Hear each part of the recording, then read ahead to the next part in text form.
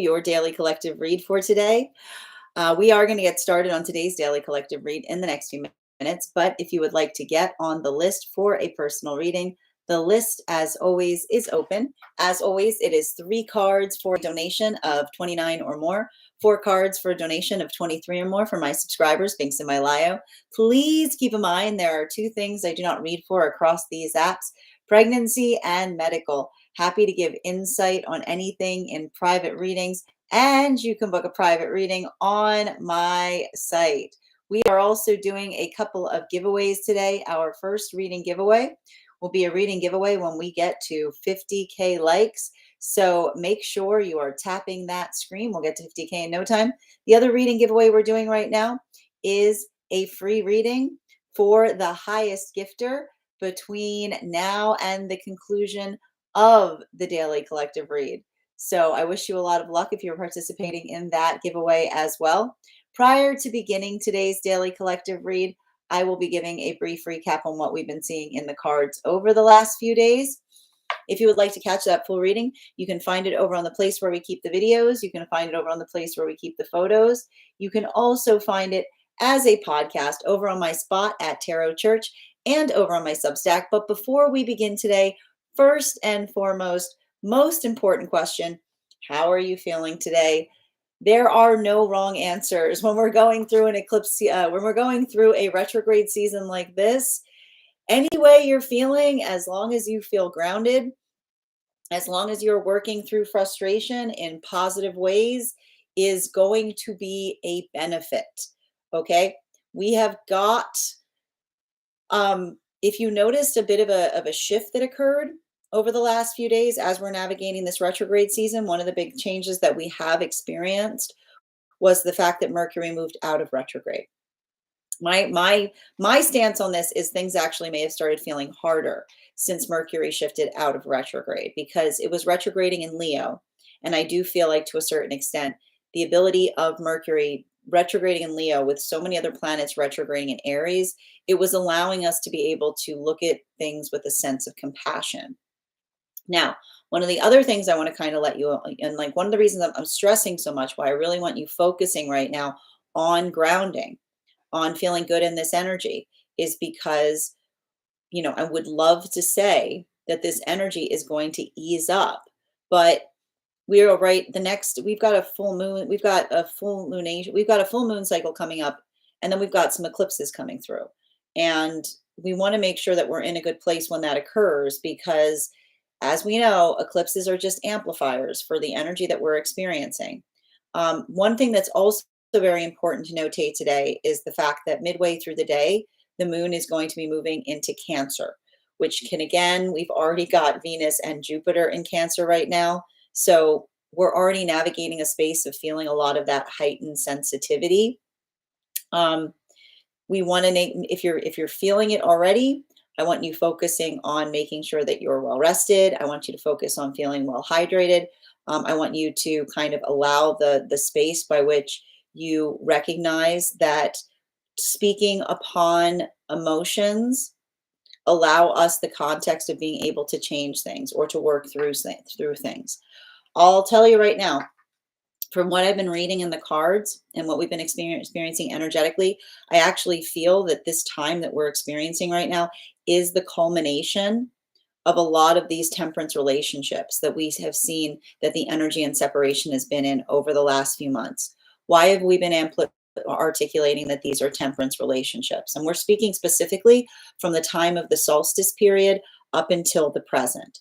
One of the things that we are identifying was, prior to this particular temperance energy, we saw a lot of the partnerships being magician partnerships. The prioritization of the magician partnerships was the understanding or working through the prioritization of being able to feel to be one's own authentic self in relationship. And what's beautiful about this is that every path work is continuation on the one prior, right? Because while we see that the magician partnerships were prioritizing the authenticity of self, what we effectively see for a lot of these temperance relationships is working not just on the ability to feel authentic and held in the space of being oneself in relationship, but also recognizing and identifying what one is working upon, right? Authenticity is important, but mindfulness and authenticity is what allows us the context to continue to move closer towards our higher version of self. Um, I'm going to tell you right now, some of the energy and separation, working through, releasing frustration. There's either the moment or modality that we're experiencing right now that is the closing of unhealthy energetic cycles. I also see a lot of new relationships that are forming in the same exact time that is also happening. For some relationships right now, both could be happening at once because the observation, one of the major lessons that we see have been coming through this particular cycle, the combination force of Neptune and Saturn retrograding together, understanding that both of those planets and the energy associated to them work very, very heavily in the context and the recognition of what time can and cannot heal, because time is not in the business of repairing things. Time is an energetic guide. It provides us perspective. The only thing that time can ever heal are situations and circumstances wherein the way that we arrive to a situation, what the emotionality that we brought forth to it, was not congruous to the nature of the situation. This is often why, what do we often see that is healed in the context of time? Disagreements in relation to emotionality and perspective. That is the one thing that time can heal, because it's the observation of someone being able to see something in a different way. And this is often something that we recognize when we're going through the pathwork of healthy spirituality or working on the self. The ability to see those experiences where we could have done something better, right? And being able to move into a space of being able to articulate that we feel that way. What time cannot heal are spaces where there is emotionality connected not to an overreactiveness, right? Something that is disproportionate to what was occurring, something small that we made a big deal out of, but rather the spaces by which we hold our energetic standards, right? Time does not erase the emotionality that we feel when it feels like our standards are not necessarily held, because in a way, and this is why often, and this is why again, healing and forgiveness are not always the same thing. Oftentimes when we feel like we've got emotionality in a space that we have a lot of standards, it's hard to move away from something. It breaks our heart in the process. We'd rather not, but we feel the need and the necessity to have to in order to maintain our standards. And what is the gift that time often brings in the context of those relationships or situations? The ability to move further and further away from something, and find the assurance that you didn't even have in the experience wherein you laid that energetic standard in the first place. The emotionality that does not dissipate, but grows stronger and more confident as one builds into the context of perspective. That's why it's not to me, I'm not saying right now that this isn't the kind of energy where there can be resolutions that are found to difficult situations. I'm describing this to give you the very, very narrow portion by which we recognize that some of that work is occurring. And that would be in experiences where another person is observing and taking accountability for emotionality that was overly proportional to something that occurred, right? The blowing out of proportion, if you will. So there could be healing that's happening right now as it relates to circumstances wherein there was that blowing out of proportion. There's also a lot of potential separations that are happening right now. And this is why those separations feel like they're so significant, because if there is a misalignment on standards where one person held an energetic standard upon something and had to become energetically emotional in order to defend the energetic standard, and another person, rather than working with them to hold that standard, because when we're in healthy relationship, we hold our standards as if they were our own, If these were situations where another person saw someone holding a standard and walked away, expecting that time was going to dissipate the emotionality, they're in for a rude awakening, because the message that we're getting in relationality to a lot of this work is it is discourteous to see someone holding an energetic standard and articulating to them that they're being overly emotional, because it's not over emotionality by which we articulate upon a standard. We often become emotional when we are articulating on a standard because we feel that our boundaries are being crossed. So that's why we see, if these are some situations where, again, and the retrogrades have a tendency of doing this, something from the past is returning, either metaphysically, spiritually, or tangibly, the clarification as to what of those contexts was occurring, whether there was an emotion overblowing of emotionality, right? The over proportionality of emotionality to a situation, or if these were circumstances where standards were not being upheld. And this is why, if someone is coming back to another person and looking at them and being like, are you still going on about that? And another person is holding a standard and saying, yes, I will always go on about that because that's a standard that my higher self holds. Like, that is where we can almost see that the closing out of the cycle is coming through, because of the discourtesy it feels when another person looks at our standards like something that they were waiting the clock on in order to evaporate. At the same time that that is happening, we see new relationships that are forming. And what we see is the foundation of a lot of these new relationships that are forming: the recognition of feeling the vibration of frustration when circumstances such as the one that I articulated are occurring.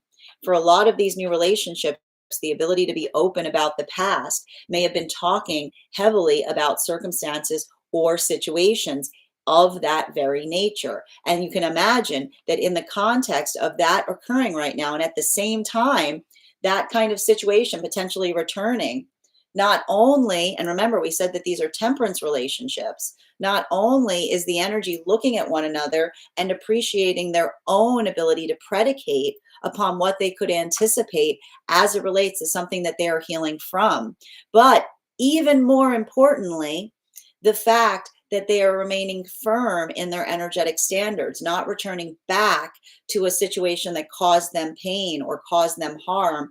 There's potentially a lot of these relationships that are breathing a sigh of relief, because it is the relief and release of seeing someone who not just articulates upon a manifestation goal, but moves in accordance to it, continuing to have good direction sense.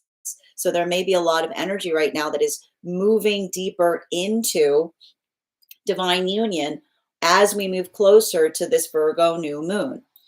For the energy that's moving deeper into divine union right now, for a lot of the magician energy right now, I see a lot of energetic shifting that's occurring in the process of this new moon coming through.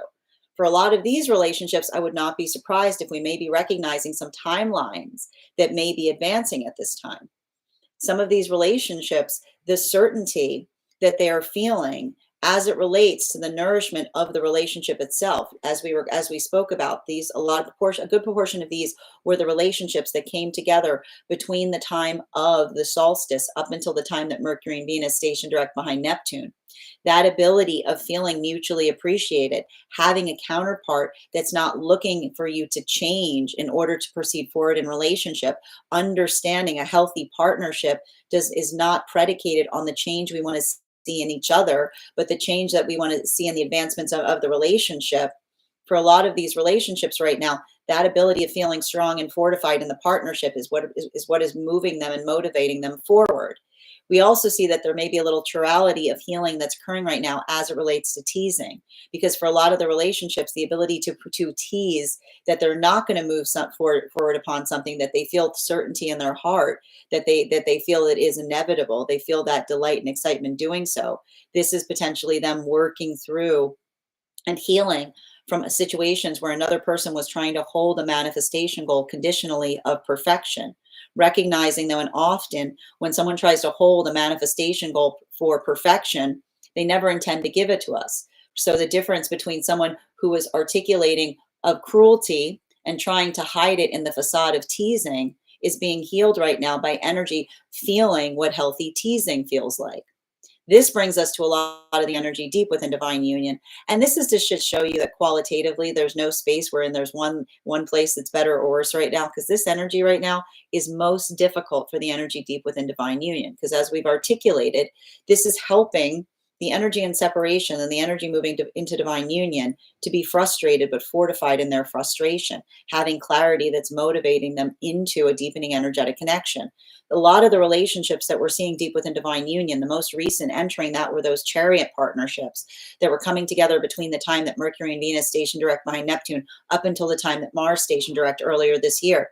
There was no question as to the stability of the relationship. These were self-starters. These are relationships that the first thing they gave each other was reliability and clarity of direction. Rather, this may be feeling like a more frustrating time as it relates to working through personal limitations, personal frustrations.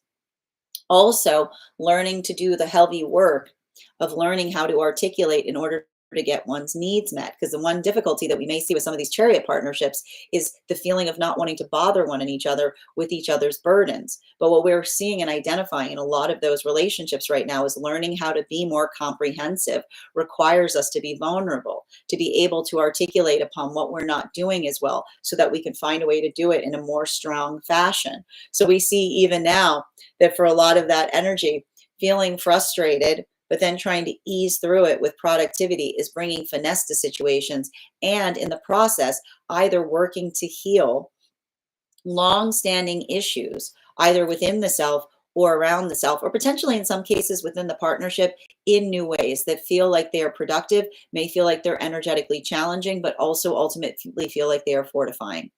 That is where we find all of the energy prior to beginning today's daily collective read. But let me know in the comments how this energy is impacting you personally. If you would like to catch that full reading, you can find it over on the place where we keep the videos. You can also find it over on the place where we keep the photos. You can also find it as a podcast over on my spot at Tarot Church and over on my stack.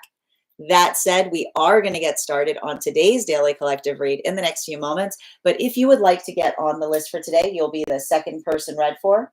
It is 3 cards for a donation of $29 or more, 4 cards for a donation of $23 or more for my subscribers. Links in my bio.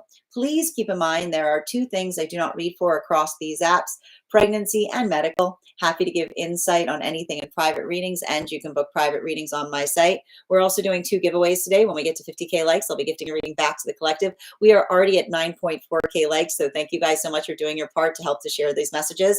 And we'll be gifting a reading to the highest gifter between now and the conclusion of the daily collective read. So make sure you're tapping that screen. We will get to 50K in no time. How are you doing today, Pat? And thank you for joining us today. Hello there, Witch Mom and Aria, and welcome as well. V, your subscription's ending soon if you would like to renew. Hi V, FYI, I know the text box in the screen is super small. I do that so that when I take a clip that I make at the beginning of this, so I'd rather not have it there. I'd rather not have it there for when I make that. So I make it tiny on purpose. But thank you for letting me know. Thank you, Melly, for the compliment. It's actually a dress. We wearing a dress today.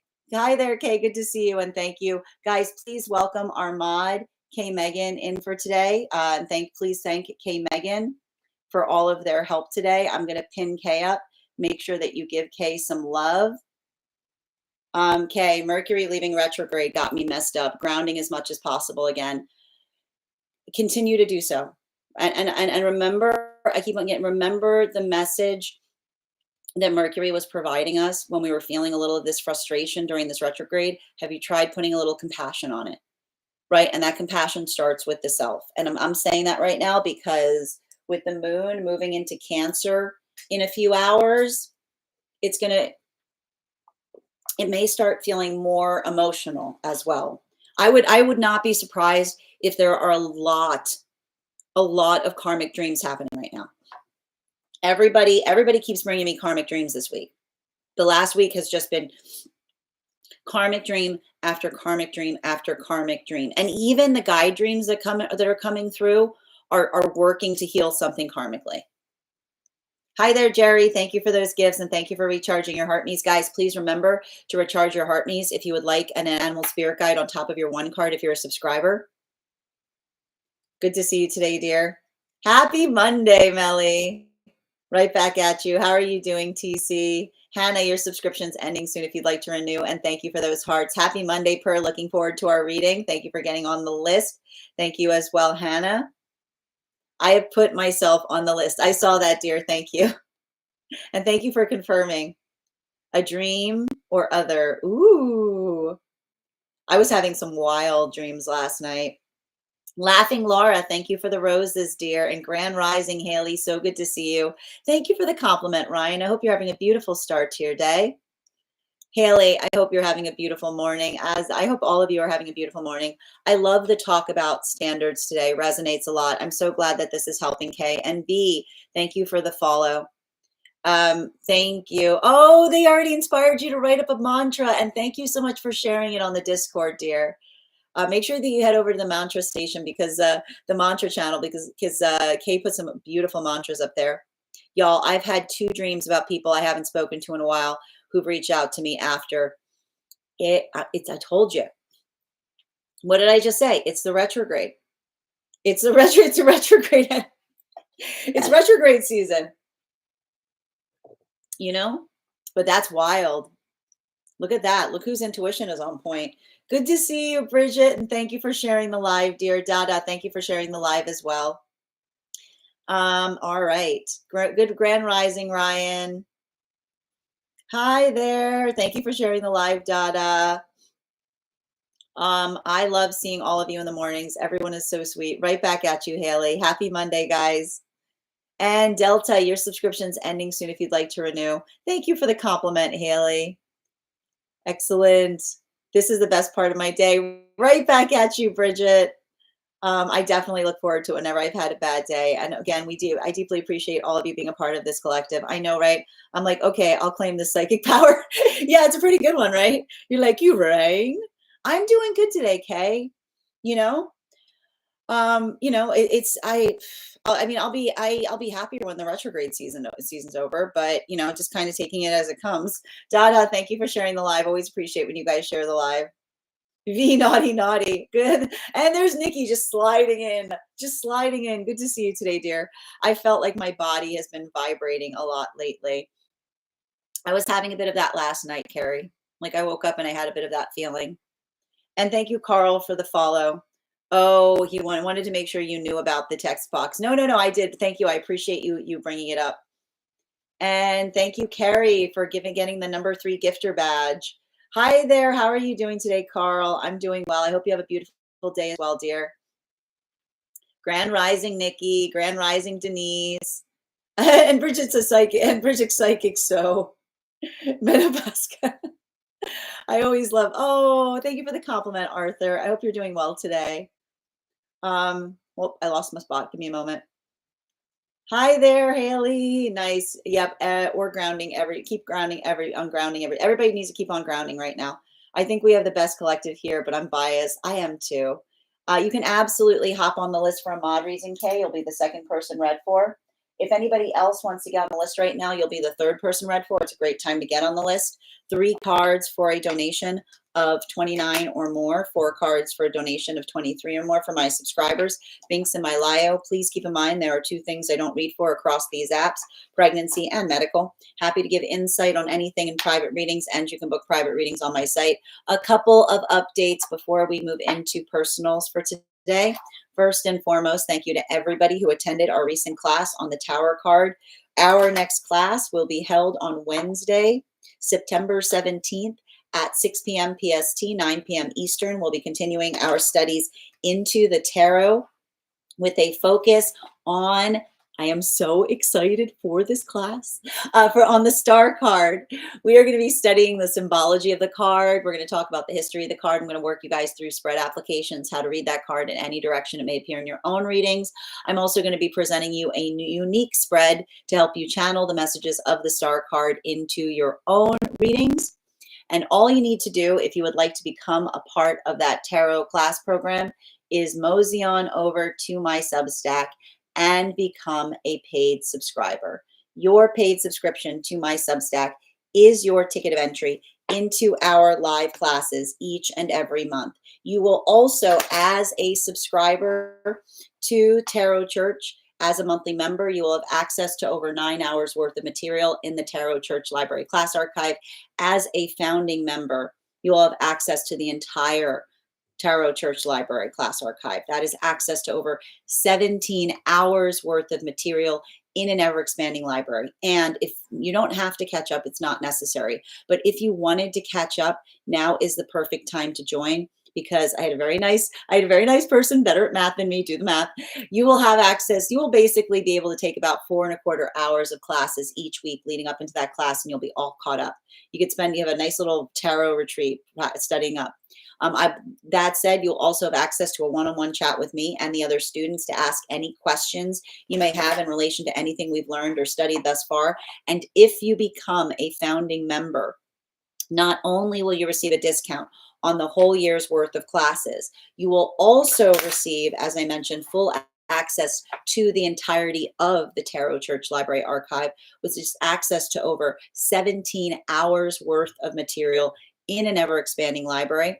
You will also have access to, if you choose to receive it, a complimentary one-on-one mentorship class with me, where I will meet with you personally to assess where you are on your personal tarot journey and give you the best insights in terms of how to utilize those classes to the best of your advantage, moving towards your tarot goals going forward.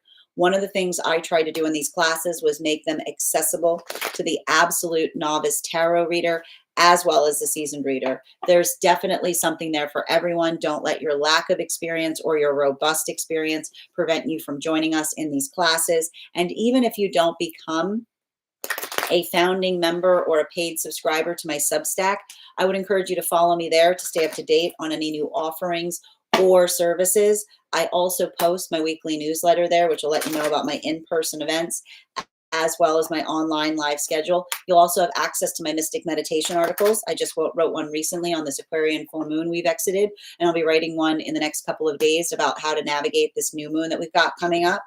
I also want to let you guys know that on top of my standard life path readings, I also offer mentorship classes. These are for any of my students seeking a more personalized educational experience with me. I take a very limited number of students for this reason, as those classes are focused on each individual's personal spiritual goals and journey work. Those classes can be purchased on an individual level or as a monthly class series, weekly or bi-weekly, as your schedule permits, so that you can stay more consistent on your personal journey. That said, we are going to get started on today's daily collective read in the next few moments. If you would like to get on the list for today, it's a wonderful time to get on the list. You will be the third person read for today. I will also say the list will be a little bit shorter than it typically is today. So if you'd like to join, make sure to get on the list sooner rather than later. If you are on the hold list and would like to be added back to the list, please also let me know sooner rather than later. It is 3 cards for a donation of $29 or more. 4 cards for a donation of $23 or more for my subscribers, links in my bio. Please keep in mind there are 2 things I don't read for across these apps: pregnancy and medical. Happy to give insight on anything in private readings, and you can book private readings on my site. We do here life path, highest priority messages from spirit, past life, angelic guidance, pet readings, animal spirit guide readings, mediumship readings, love readings, dream interpretation readings, guided messages, and Akashic readings. I'm going to take a moment to read over some of the comments that came through as it was reading. Whoop. Hold on a minute. Where'd my screen go? Hi there. Oh my gosh, stop doing that. Sorry. We're having one of them days. Okay. It's the retrograde. What did you say, Sin, about the moon in Cancer? The moon's moving into Cancer, I think, at around 3 o'clock today. So just be mindful of that, because I feel like you might feel a little bit of an energetic shift that occurs halfway through the day today. In terms, potentially, it might even affect your feeling of your own productivity feelings or productivity levels. Good to see you today, Nikki. All right. Yep. Chula and I couldn't sleep at all between 3 and 6 a.m. She was just staring out the window. I typically wake up around that time. I had something similar happen around the same time frame. I actually wouldn't let myself. I was so awake. I was like, I'm not even going to go look at the clock, because I know if I look at the clock, I'm never getting back to sleep. But yeah, I felt very similar last night. Grand Rising, Heather. So good to see you, dear. You're welcome, Kay. I'm being more organized now and getting on the list early. I love that. Thank you. And thank you, Fancy, for the follow. Yeah, it's going to get a little more emotional. It's moving into Cancer in the next few hours. Yep. And yep, I got you, Kay.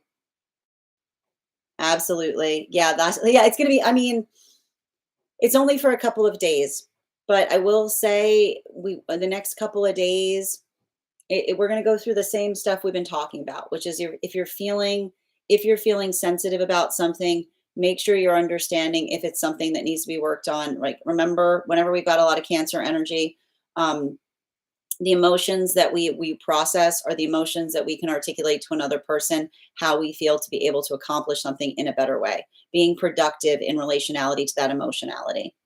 Ooh, a tarot retreat. Yes, let's do that. Wouldn't that be great? I think I might need to kind of start looking into setting that up again. It feels right. I would love that. Absolutely. I'll have to take the temperature over in the Discord. Where would we go? Where should we go? By the way, I have single-handedly by the way, you have single-handedly helped me start getting up earlier. Oh, really? I'm so glad to hear that, Nikki. I always get up early now because I try to run. That's I like to go for a run before I start my day. Venerated, and this is like the best running season. Thank you as well, Venerated, for the heart. Good to see you. What's in retrograde? What's not? You know what's better? Remastering, it would be better to ask what's not in retrograde right now. The planets that are not in retrograde right now, it's easier to name the planets that are not in retrograde. Uranus is not in retrograde, Jupiter, Venus, and Mercury, and Mars. Everything else, everything else is in retrograde. Everything else is in retrograde. Yeah, pretty much everything. I didn't even go to bed till 3 a.m. last night. Oh my goodness. Sleep doesn't like me. I'll have to post. I've been using something that's been helping. I can post it in. I'll post it over on the I'll post it over on the disco. It's Saturn, Neptune, Pluto, Chiron, Eris. Everything. I looked it up. Yeah, it's everything. I was gonna say that. What isn't? Thank you. 3 out of 8. And yeah, I mean, and that's the funny thing, remastering. I was saying, I think that this retrograde season was easier when Mercury was in retrograde. Everybody I've talked to feels like it's gotten harder since Mercury pulled out of retrograde. Yep, we just recently got Mercury back. Yep, hold on a minute. Absolutely. Good to see you, Wushu. I like that Wushu like didn't say anything, and I just see laughing emojis. Deep soul work with those outer planets and no, I know. Well, listen, it's also like I've been telling you, remastering. It's the proximity. Neptune and Saturn are retrograding like almost on top of each other, and so is Chiron and Eris. So it's working through old wounds in new ways. It's feeling the messy. It's feeling the chaoticness of carrying something that you rather would not feel. You know, I hate that I feel this way. I hate that you made me have to carry that kind of energy. It's like that kind of stuff. I love the disco balls, Nikki. I love an outer planet retrograde. You are 10 toes. Master. Do you like how many Aries placements do you have? I respect someone who's like outer planet retrograde. Let's do it. Let's just do it. I appreciate it. We got a soldier here. Good to see you. Oh, I know. Okay. That was going to be my next question. You got me right. I was going to say, were you born between retrogrades? Yeah. I listen. I feel the same exact way with eclipse season. When eclipse season comes, everyone's like, ah! And I'm just like, what's going on? I was born between eclipses. This is why is everybody screaming? What's going on? What's happening? Is it a roller coaster? Yep. I miss Mercury. I miss Mercury. You see that? You see that? This is Mercury retrograde finally getting there, like being like, it's not always retro. Don't blame Mercury for your problems. Absolutely. Yeah, 10 toes in. I like it, remastering. I see it. Delta, your subscription's ending soon if you'd like to renew, dear. Hold on a moment. Your life, yes. Justin Venus. Okay, that's fine. I love that. I'm a spiritual soldier. I carry the sword and fire. I love these moments. I totally get it. I get it. Sin just, I know that's me. I'm like the dog in the cafe, but I'm like, what, this is fine. It's fine. Yep. Thank you as well. I'm a Virgo sun, Gemini moon, so I love Mercury retrograde. I might be biased. No, because that, well, here's the thing. That type, I can totally get it. Like that type of placement, you're probably like, oh, we can do something better here. Like, ooh, yeah. I wonder if what happens if I pull, like, if I pull this thread. You're like, I wonder what would happen if I pull this thread. Oops. Okay. All right. As I mentioned, friends, we are going to, thank you for the gift, dear. We are going to get started on today's daily collective read. If you would like to get on the list for a personal, you will be the third person read for. It's an absolutely lovely time to get on the list if you'd like to secure an early spot. 3 cards for a donation of $29 or more, 4 cards for a donation of $23 or more for my subscribers. Links in my bio. Please keep in mind there are 2 things I don't read for across these apps: pregnancy and medical. Happy to give insight on anything in private readings, and you can book a private reading on my site. We're also doing, oh my gosh, thank you, Nikki. I love them. I love those 9 tails we had yesterday. I'd never seen those before. We are also doing 2 giveaways right now. Our first reading giveaway will be a free reading for the highest gifter between now and the conclusion of the daily collective read. Nikki, you are now in the lead with 162. We're also doing a giveaway between when we get to 50K likes. I'll be gifting a reading back to the collective. My friends, we're already at 24.2K likes. Thank you so much for tapping that screen, because when you tap the screen, it gets this live pushed out to those who haven't received it before. So thank you for doing your part in helping to share these messages. That said, if you are on the hold list and you have a reading held and you would like to get on the list, please let me know sooner rather than later. I will say we're going to be on a little bit shorter of time today. So if you want to make sure to secure a spot, please grab it sooner rather than later if you want to make sure that you get read today. That said, before we get started, why don't we warm up with a little intuition check? And just a reminder to anyone who'd like to get on the list, we do life path here, highest priority messages from spirit, past life, angelic guidance, pet readings, animal spirit guide readings, mediumship readings, love readings, dream interpretations, guided messages, and Akashic. If you are joining us across the other apps, you can also get on the list via my tree that is Binks in it in my bio. And if you have information that you feel is relevant to the reading, if you have a dream that you would like interpreted, or if you have a past life that you would like more information on, you can put that information in the notes when you send the donation, or you can post it in our subscriber only Discord channel in the appropriate channel. All right. Everyone run to your baby dragon. I love it, Nikki. No, not until after the collective. Fair. You see that? Look at that. Look at Kay holding down the fort. Isabel, thank you for getting on the list here. You will be the 3rd person read for. If anyone else wants to get on right now, you'll be the 4th person read for. Before we begin, let's warm up those intuition muscles with an intuition check. I've got an animal spirit guide card here. When we come back from 10, I will reveal the card.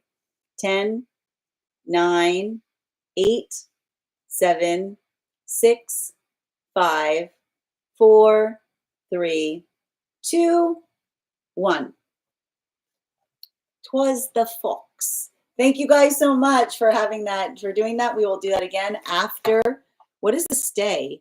Okay, we will do that after our daily collective.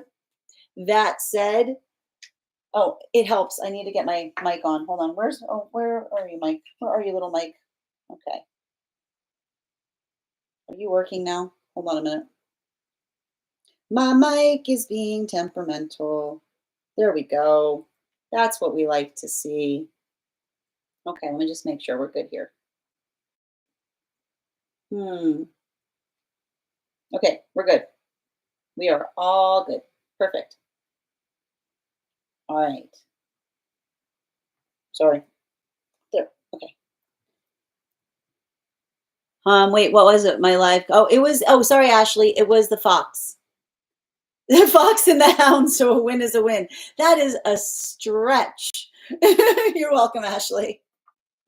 All right, my friends. That said, no better time than the present. Why don't we get started? Welcome, everyone. Happy Monday. I'm the Grace Strega, and I'm here to give you your daily collective read for today, Monday, August 18th, 2025. What do we have coming through in the cards for today? Can I have the first two cards in our 5-card spread? Oh, goodness gracious. We've got here the Knight of Pentacles in its reversal in combination with our 4 of Pentacles in its upright. So I'm going to just tell you right now, there are partnerships that are coming together right now. There's also a lot of closing out of energetic cycles. I was just walking through this before we started the podcast. I'm going to give you a little bit of a recap of what we're energetically seeing right now. So one of the major messages that have been coming through is what like, and I want to describe this. And this is why there's so many there's so many messages that are coming through right now in relationality to time, because Neptune and Saturn are retrograding in really close proximity to one another. And Neptune and Saturn carry a lot of are the planets that dwell in the space of time. Neptune is the energetic memory bank. It's the space by which we hold our memories. It's the space by which we are able to recollect upon things, right? It's vast. Saturn often works towards the way we perceive time going forward, right? So we've got both of these planets that are retrograding together. And it's not the fact, and again, it's working through the disclaimer, time heals some wounds. We got to stop saying time heals all wounds. That's nonsense. Time does not heal all wounds. Time heals some wounds.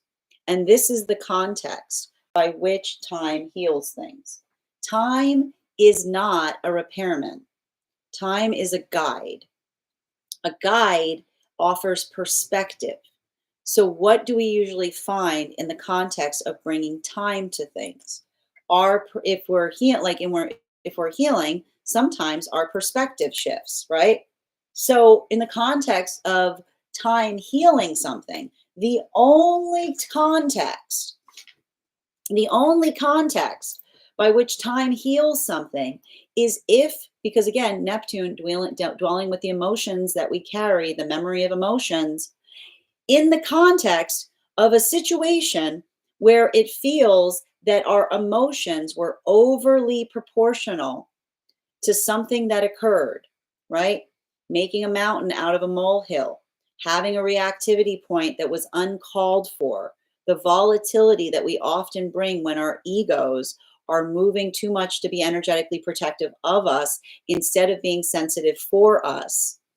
That is the context by which the time can heal something, because it's often in the space of becoming, of understanding the self, that one can look back upon something and recognize that disproportionality that allows one to be able to take energetic accountability in the space of understanding that you have healed your own volatility. That is the only context by which time heals anything.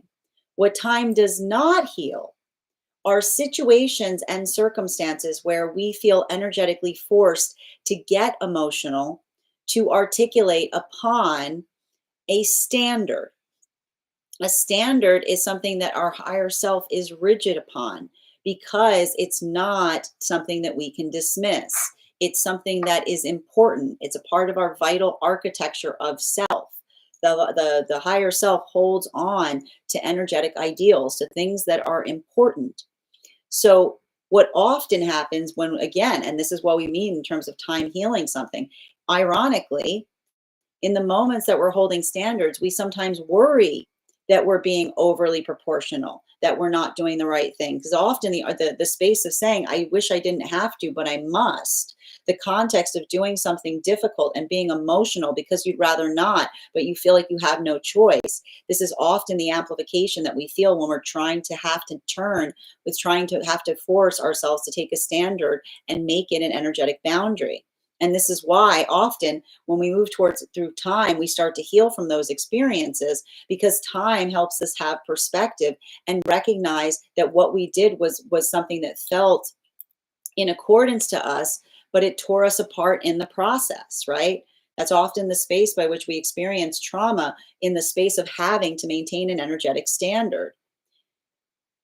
What are we seeing that's happening right now? There are new, I keep hearing healthy energetic connections that are forming at this time, or energy that is understanding the difference between those two modalities, the difference between what can energetically heal versus what one is healing from.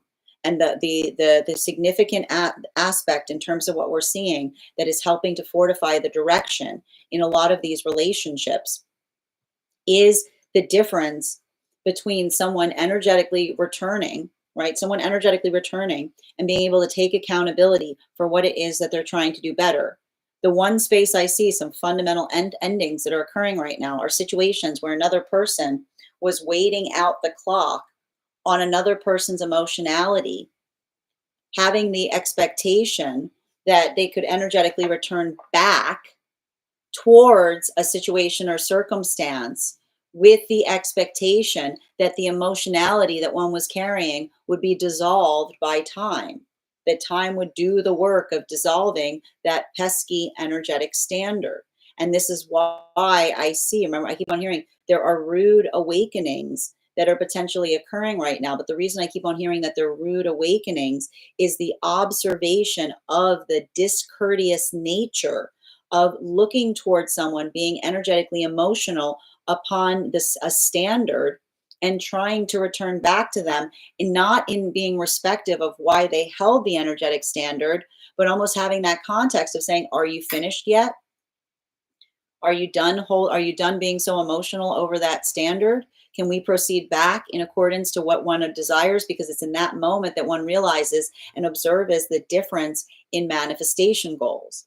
Because healthy manifestations that we create together are not simply based upon the desire of what we desire together, but how we move towards it is the song of holding each other's standards as we move towards manifestation goals. So that's what I keep on hearing. There are fundamental separations that are potentially occurring in this energy.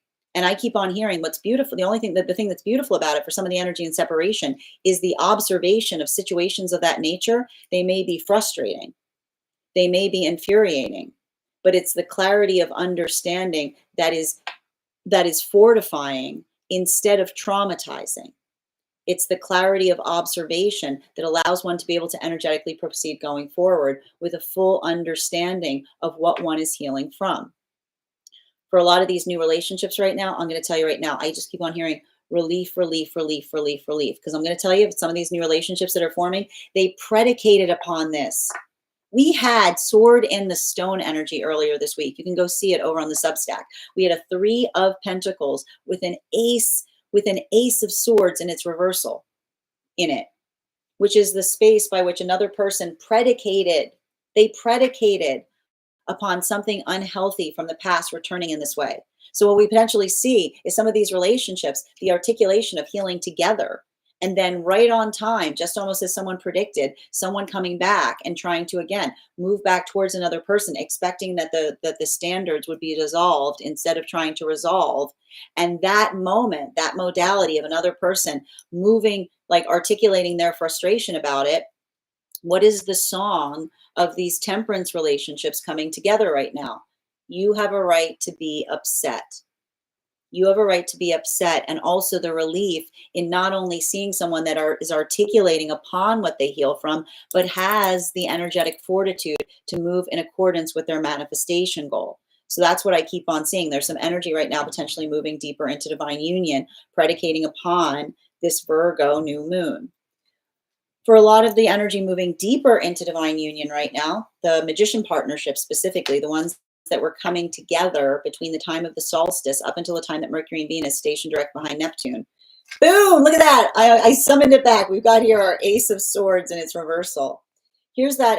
I'm telling you right now, there's some energy right now. Some of these magician partnerships, I'll tell you right now, pay attention. I would not be surprised if we see some energy popping questions right now, some advancing of timelines, some energy eloping. I see a lot of energy that's deciding to hurry through a manifestation goal, because I keep on hearing because they feel so energetically sure and confident in the relationship.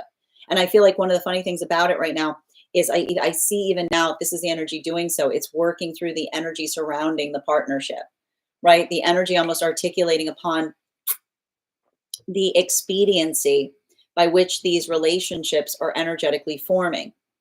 But everything I keep on seeing in a lot of these relationships is, and it just kind of, it's working into the context of what happens when we feel like we're in alignment. These are not relationships that are rushing through processes to try to heal a relationship. They're moving. It just, I keep on hearing, it seems silly to wait upon something that they know is energetically for them. I also keep on hearing that these are relationships that are doing a little bit of chirality healing right now in relationality to the context of teasing, recognizing the difference between having a sense of complete determination and relationality to where something's going, and almost teasing back in terms of the fact that one isn't going to do so, or one doesn't know if one would, but feeling that sense of delight in trying to add. I keep wondering that the sense of delight in trying to add a vibration of resistance to something that one feels so confident about is a little bit triggering for some of this energy. Some of this energy is healing. I keep on hearing they're healing from conditional relationships, right? And what happens? We often create wounds related to teasing in conditional relationships because another person tries to mask cruelty as teasing or playfulness. The space or state wherein another person says, "You'll never get that from me," acting like that, or tries to articulate a manifestation goal, holding it away from another person to engender change within them. And this is a lot of the energy that's feeling confident because now the clarity is coming through that that manifestation goal was never going to happen. Because I keep on hearing a healthy manifestation does not require perfection in order to reach it. But it's awful convenient to utilize that as a reason that one is energetically withholding something. So I just keep on seeing a lot of that energy kind of like feeling fortified, but also potentially releasing some energetic frustration as it relates to past situations of that nature. Fourth and fifth card in our 5-card spread for today, between our Two of Swords in its reversal and our Page of Cups in its upright. Woo, this spread today, man. For the energy deep within divine union right now, I keep on seeing that for a lot of the energy deep within divine union, this is just working through what feels energetically productive. I keep on hearing every time I read for the energy deep within divine union, you'll recall the most recent energy going into divine union were those chariot partnerships that came together between the time of Mercury and Venus stationing behind Neptune, direct behind Neptune, up until the Mars went direct earlier this year. A lot of this energy is learning how to ask for things, is what I keep on hearing. I'm not surprised to hear this because you'll recall that these were self-starter energies. These were energies that were very much working, and the reason that they were chariot relationships and the reason that they're able to kind of build that stabilization point, and why this energy might feel a little bit more difficult for the energy in that modality, is I keep on hearing, when we have a hyper independence, right? When we work through the context of hyper independence, we're healing from the wound of others letting us down as it relates to their energetic obligations. So that's why I keep on seeing that for a lot of the energy, facilitating and doing that work, that ability of feeling like, I almost feel like some of the energy right now, having a little bit of old wounds open up as it relates to being triggered in terms of situations or circumstances from the past. But I keep on hearing like getting over the energetic fear of the past, right? Not allowing it to shape our action, but being able to articulate through it instead of react to it. This is what allows the context of being able to find a new energetic solution to an old problem, or working in a way of feeling the relief and release of an energetic counterpart, where you can go through something difficult and it doesn't break everything apart. It just allows you to build something better in a stronger way. So I keep on hearing, like I told you, the energy of this retrograde is most difficult for the energy deep within divine union, because it's like showing the fracture points of old wounds, but then it's also showing what is like showing how easy it is to heal upon those when another person is energetically invested in working into the space of what is possible. So I just keep on seeing there's something very beautiful that's happening in that way. Continuing to get clarity, but it's, it's also like working through frustrations in old ways, in new ways. Continuing to get clarification between our Knight of Pentacles in combination with our Four of Pentacles and its upright. Ooh, we've got a Devil card and its reversal. We got a Devil card and its reversal. No fixations. I keep on hearing energy that's fixated never wants to fix things, is what I keep on hearing. Energy that's fixated never wants to fix it, never wants to fixating. And when the fixation, I keep on hearing fixation on fixing things is energetically productive. But when I keep on hearing, we don't look at each other like things, like situations that need to be fixed, is what I keep on hearing. Problems get fixed, not people, is what I keep on hearing.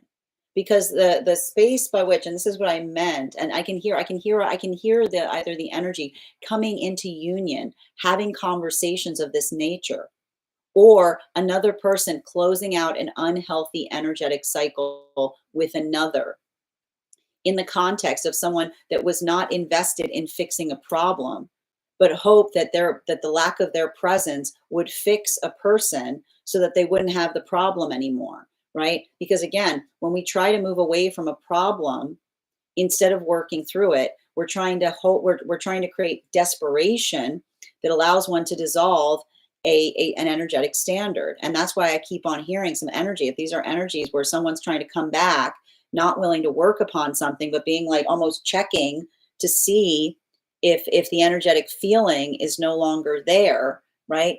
Like, it's like the energy being like when you're healing and someone does that, it's almost like they come back and they're like, have you disassociated enough yet so that we can get back together? Have you disassociated enough yet? And so I see this energy, like, and I keep on seeing if the energy saying, are you finished yet? The energy saying, oh yeah, I'm finished with something. I see the energy being like, oh yeah, I'm finished. I am finished with something. Let me show you what I'm finished on. I'm finished. I keep on hearing the energy say, I'm finished with relationships that require disassociation in order to maintain being within them. Because that's often what occurs when another person walks away from a situation instead of finding the viability to be able to navigate through an energetic problem.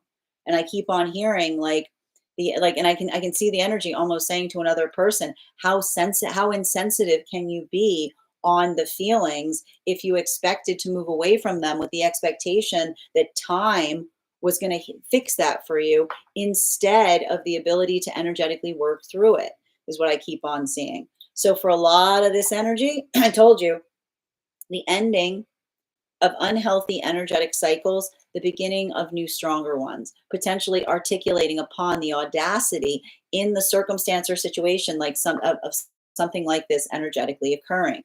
While for the energy that's moving deeper into divine union right now, clarification between our Four of Pentacles and its upright in combination with our Ace of Swords, High Priestess in its reversal. Now, what's interesting about this, one of the things I'm identifying in relationality to the High Priestess being in its reversal, and I think that there's something very important about this too, because the thing that we're seeing with the High Priestess in its reversal is there's a lot of the context or the space that we observe in relationality to what it means. I keep on hearing the High Priestess. This is just to show you that every card, there's benefits and positives in every card in the tarot. And the fact that we see some cards in its reversal does not necessarily predicate a negative thing. Because what we're really seeing with a High Priestess energy in its reversal is opening up about things, is what I keep on hearing. That's why it's good. Look at this. If we're going to see a High Priestess in its reversal, look at this. If we're going to see a High Priestess in its reversal, The card we want to see in next to it is the Devil card in its reversal, right? Because it talks to us, and that's what I meant about the fact that the moon is moving out of Gemini into Cancer. It's the observation of working into the context of being able to talk about something in a way that but when it's like what that one feels vulnerable about, but understanding the space by which one is able to amplify that vulnerability that then allows you to be able to heal it in a profound way, right? And that's what's nice that we often see. Like, this is actually one of the qualities and characteristics that we see that is integral to the High Priestess card, because the High Priestess card itself deals in the context of duality. We see this in the card represented here. So like a lot of the, like often when we see the High Priestess in its reversal, it's not necessarily a negative thing, because it's a quality and characteristic of the card itself, right? When we know ourselves, we're able to plumb the depths of ourselves. And what do we find there? We find pearls. We find aspects or wisdom or insights that allow us the ability to articulate upon something in a way that feels like it's energetically restorational. And that's what I keep on seeing for a lot of these magician partnerships. This is why I want to show you that this is why these energies right now feel so, I keep on hearing they feel so vulnerable in a partnership that they desire to solidify. But I keep on hearing they feel vulnerable in the best way possible, because a healthy relationship is one that allows us the context of feeling vulnerable. Why? Because it is our energetic sanctuary. This is what I keep on seeing. And I keep on hearing that for a lot of the energy moving deeper into divine union right now, it's the ability to try to articulate to another outside of, I even see outside of partnership, how much someone energetically means to one another. Like I keep on hearing, it's like it escapes words is what I get. It's like the space by which the energy says, I can hear the energy saying, I've never felt this way before. But what they're really trying to say to another person is, I've never felt this vulnerable. I've never felt so at home in another. But that's also an appreciation to how much work that they've done upon themselves.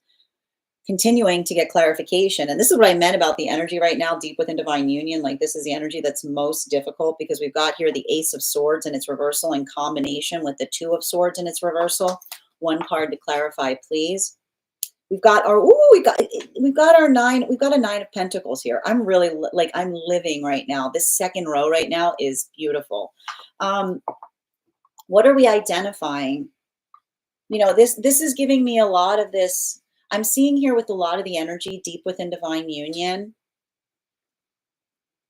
There's something very, I keep on hearing, there's something very energetically significant and important as it relates. And it's what's really, and this is, I gotta get back to this too, because I got to return back to some of the messages that were coming through yesterday, right? And yesterday we were talking about the energy and separation. It all had to do with being able to say things. So what's wild about this is, we were talking about yesterday, I can see some energy in separation that is moving into divine union right now, because they're taking the relationship to the next level. But the reason they're taking the relationship to the next level is not only are they saying to another, do you have a right to be upset, but they're giving each other an offering. They're saying, can I offer you a suggestion? They're giving each other advice. They're holding, and when I keep on hearing, they're holding each other's problems as if they were their own.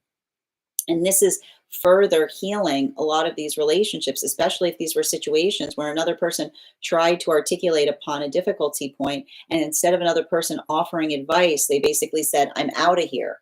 I'm out of here. I gotta go. Right. So this is why we see, I keep on hearing that these are the energies that are showing each other that they're willing to become entangled, because when we care about each other, we become invested in each other's difficulties. We work through them together.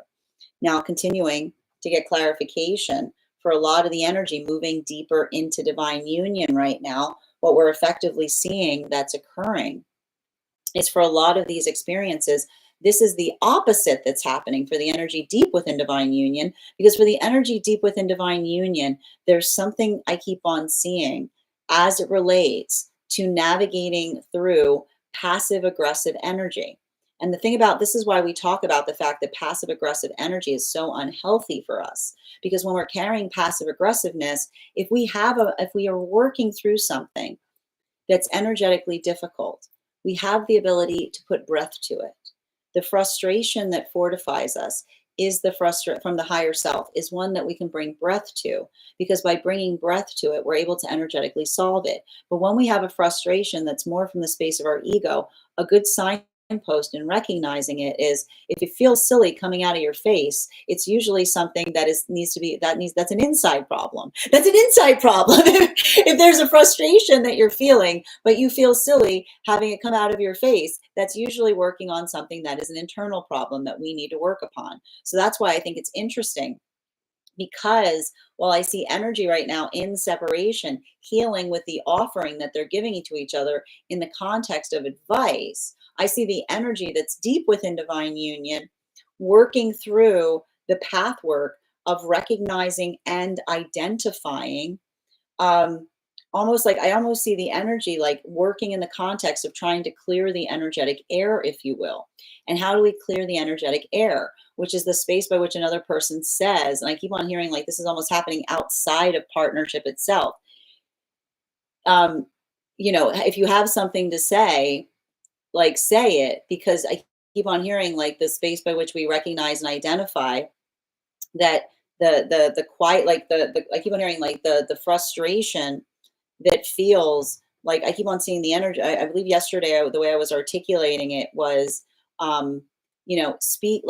speak upon what one feels frustrated about in order to energetically clear it, or like begin the work internally on what that is. Like, I almost feel like there's a lot of energy. Like, I would not be surprised right now if there's energy right now deep within divine union, potentially calling out another's tendencies of passive aggressiveness. Not necessarily, I keep on hearing, not necessarily directed within the partnership itself, but navigating circumstances or situations around it is what I keep on hearing. I keep on hearing there's a lot of this like clearing the air, if you will, that I keep on identifying deep within divine union.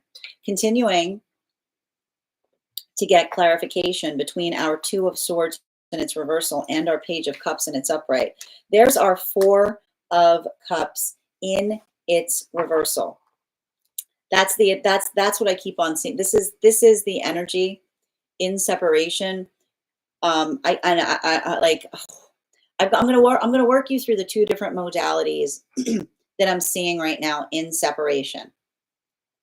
I've got a lot of energy. I keep on hearing a lot of energy in separation, working through. You have a lot of nerve, is what I keep on getting. And it's like there's something here I'm seeing with like, but here's the reason why is the energy. I keep on hearing the energy is enervated but fortified. Because the reason they're enervated but fortified is because when we see something that frustrates us, but we're able to recognize and identify why, then we have a right to be energetically upset by it. It's the ability to put wisdom to our frustration, right? It's a lot of the energy that's able, it's like the mindfulness on what is able to like enervate you. So we see even now that for a lot of that energy, the ability to speak upon what is energetically bothering it, like I almost hear I like, look at this energy. This is why I see so much of the energy in separation, potentially feeling frustrated, because this is the energy of someone potentially coming to someone in separation and saying hello and acting very like, I keep on hearing acting very flippant, instead of bringing forth, like, I have a lot of the energy almost being like wrong answer, like the energy being like, that is not the way to start a conversation if you left something in a space that you didn't feel inclined to talk about it, is what I keep on seeing. The space, I keep on hearing the space by which we articulate upon something is amplified and articulated upon the ability to effectively, I keep on hearing like work into the context of what feels like it's energetically productive. And so that's why I keep on seeing that for a lot of the energy, if there's like, I keep on hearing, if there's frustration here is what I'm getting. Like if it's frustration, it feels like healthy frustration, because it is the frustration that one is able to see the difference. I keep on hearing The difference between someone that is focused upon working through something versus someone who is flippant, hoping that time would resolve something for them. But I keep on hearing time, like, and this is what I meant. Like, this is time coming back to someone and being like, let's make this clear. I don't fix anything for anyone. I'm not a fixer. I'm a healer. Like, this is time literally going, I'm a fixer. I am not a healer. How dare you? Is what I keep on hearing. I am not here to fix I am not here to fix things for you. I am here to help you heal it. And you heal things. The only way by which they heal it is by which the ability to have energetic perspective upon something. So that's why I keep on seeing, like, I'm not saying, and don't misunderstand me, I'm not saying that there aren't some relationships right now that are working into the context of healing. It's a small fraction, and the small fraction I'm identifying are relationships wherein another person is articulating upon their tendency of over volatility or overreactiveness. We're going through a bunch of planets retrograding in Mars, which is the accountability of someone saying that was uncalled for, is what I keep on seeing. But that's why I also see the fundamental separation point in the difference between someone saying that emotionality that I brought forth to something was uncalled for versus another person waiting for an energetic standard to go away versus the emotionality that another person had and trying to have to hold the energetic standard that became a boundary. And then another person looking at it and being like, is that gone yet? You know, I see the energy being like, that doesn't go away, because that is something that is energetically fundamental. Continuing to get clarification between our Devil card in its reversal in combination with our High Priestess in its reversal. Can I get one card to clarify, please? Clarification coming through right now with our Judgment card in its reversal. So, and this is interesting, because I keep on seeing that there's something interesting that's happening right now in relationality to the energy moving into divine union as it relates to others. I keep on hearing energy outside of partnership being energetically dubious in relationality to how quickly something is coming together, is what I keep on seeing. I told you, we are going through, this is what I mean with, I keep on, remember, we got Neptune and Saturn in retrograding right now. There's going to be a lot of argumentation as it relates to time. So I would not be surprised right now if the energy moving deeper into divine union is articulating to others potentially about the fact that they're about to advance a timeline on something, and energy outside of partnership having a little bit of dubiousness about something. But this is why I keep on seeing the energy trying to articulate the depth of an energetic connection, and also the fact that they're not trying to move something, they're not trying to rush a process because of a point of anxiety, but rather as opposed to a point of certainty, not trying to change the relationship by deepening a connection, but feeling so safe and vulnerable in it that it seems silly to wait upon it. This brings us to the energy deep within divine union, clarification between our High Priestess in its reversal. I got to tell you right now, I want to show you the 3 cards surrounding the High Priestess in its reversal right now. Clarification between our High Priestess in its reversal and our 9 of Pentacles in its upright. Woof! We got the 7 of Swords in its upright. Now, this is interesting because we had this 7 of Swords appearing yesterday, but the 7 of Swords was in its reversal. So I keep on seeing that for the energy deep within divine union, there's something, I keep on hearing there's something there, and it has something to do with the fact of, okay, so I want to bring this up again. The moon is moving, the moon today is moving out of Gemini and into Cancer, is all I keep on saying. It's moving out of Gemini and it's moving into Cancer. So it's working, I keep on hearing, it's working through the context of, I keep on hearing, working through the context of energetic anxiety into a space of emotionality, right? It's working through the energetic delicacy, is what I keep on saying. It's working through energetic trepidation. right? And I keep on hearing when we articulate upon our trepidation, we allow the space by which we feel energetically supported within it. We allow the context by which I keep on seeing, like we allow the ability to navigate something in a new way. And so what I feel like what's interesting about this is for a lot of the energy deep within divine union. Remember when I articulated upon the space of being energetically triggered, right? I keep on hearing like the beauty of healthy partnership is the modality where we feel energetically triggered. And then we're able to move through it. And we recognize that everything is okay. Right. And this is hard because I keep on seeing for a lot of the energy deep within divine union, like there, remember how I said it's not changing the trajectory of the relationship, but there may be that feeling of old wounds that feel like they energetically surface right now. We've got Eris retrograding with Chiron, which is again feeling like, and this is a problem. Old traumas often feel like we're carrying some feeling of energetic chaos within us. But that's why I keep on seeing, like when we're able to kind of bring those facets forward and articulate upon them, we find, I keep on hearing, and this is what we often find with Cancerian lessons, right? Because how does one identify and recognize how a pearl is formed, right? You understand that a pearl is often formed in a context of being energetically irritated, right? So the ability of something that we don't want to hurt more is being able to, again, like it's not the space that we ignore it, right? It's the space by which we put care to it, right? It's the space by which we're able to articulate upon it.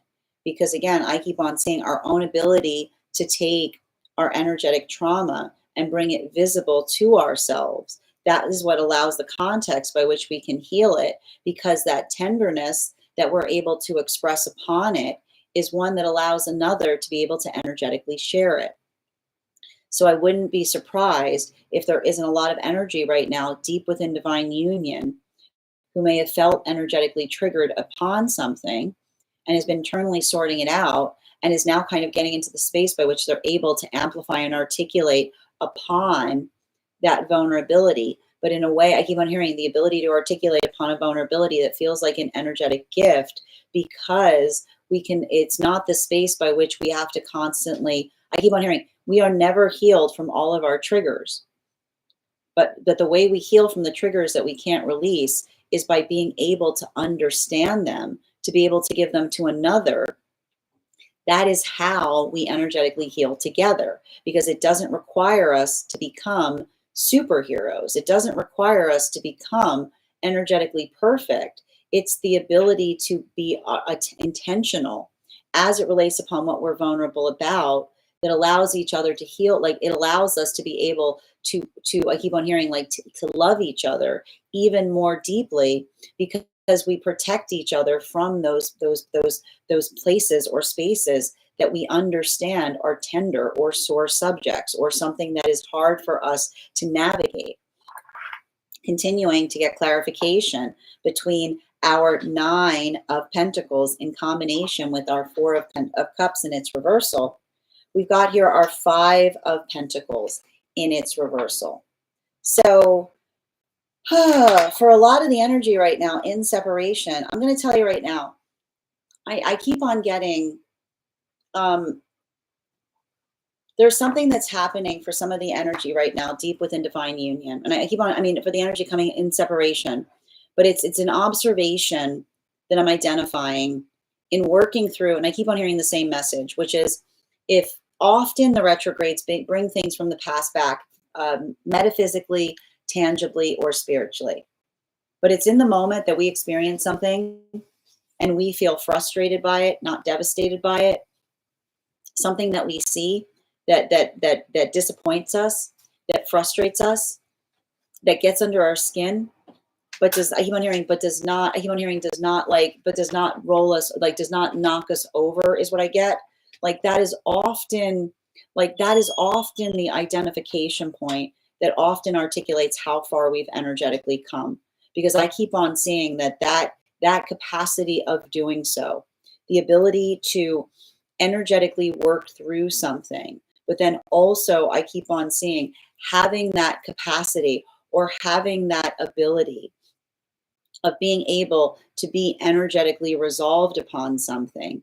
All I keep on seeing there is a lot of the energy that is able to amplify and articulate upon their frustration.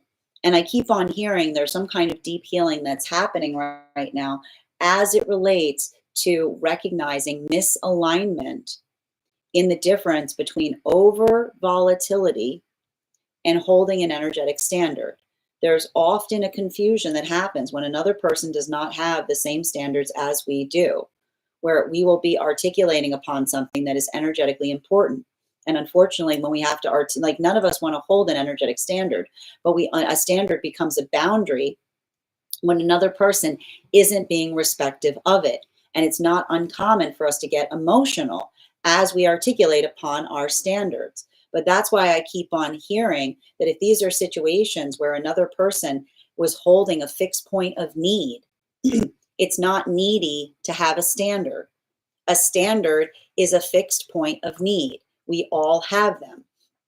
So if these are situations where another person had a fixed point of standard and another person was articulating to them that they were being needy for having it, this is a lot of the energy that's understanding that someone that does not hold our standards, witnessing us holding a energetic standard, will sing the song that we are being needy, because what they're really saying is, I don't want to meet your standard. But they'll try to make you feel that that you are being silly or overly emotional for having one in the first place. So I feel like, again, there's a lot of that space that's happening here. And I also see the understanding and recognition of the difference between needing time and wanting time to do the work for the self. Needing time, if you need time to work upon something, you need a finite amount of time. It's a window that we give, that we create, that allows something to energetically work through. But that, I keep on hearing, that vast expanse of unknowing, right? That creates that space that doesn't allow the context of something being energetically healed.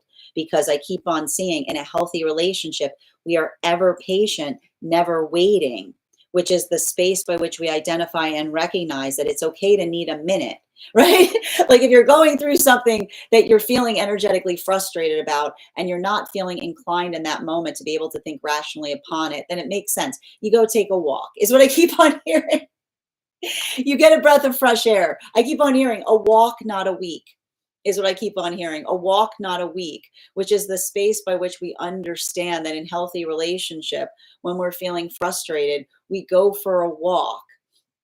We don't need a week, because it's a space by which we regulate ourselves to get into the right headspace to resolve and work through something. We don't go on vacation. I keep on hearing, we don't go on energetic vacation every time there is the slightest inconvenience that bothers us, is all I keep on hearing. So that's why I told you there's a lot of this energy here. Either I keep on seeing energy potentially coming back after a long time saying, I'm finally ready to talk about something, and someone being like, you've been on vacation for too long. A walk, not a week. You go for a walk for something like that. You don't take a week to energetically resolve through it. Versus, again, those spaces or places wherein another person is trying to come back to say, have those feelings dissolved yet? Have those pesky standards gone away? And that's why it's so enervating when you're holding an energetic standard upon something that you know needs to be resolved in order to build forth with someone. And they come back and say, are you done yet? Are those pesky standards gone so we can proceed unimpeded? We never proceed unimpeded in a healthy partnership. We hold those standards for one another. So that's what I keep on seeing in relationality to working through this. And I keep on seeing that for a lot of the energy doing that work, it's almost like I keep on identifying, it's like that, it's like the breath of fresh air, because the energy is feeling the relief and being able to articulate upon it. And we also see here that for a lot of the energy that's moving deeper into divine union. For a lot of the energy that's moving deeper into divine union right now, this is what I meant. Like, I see some relationships, and again, where are we seeing the context by which a relationship is moving deeper right now in separation?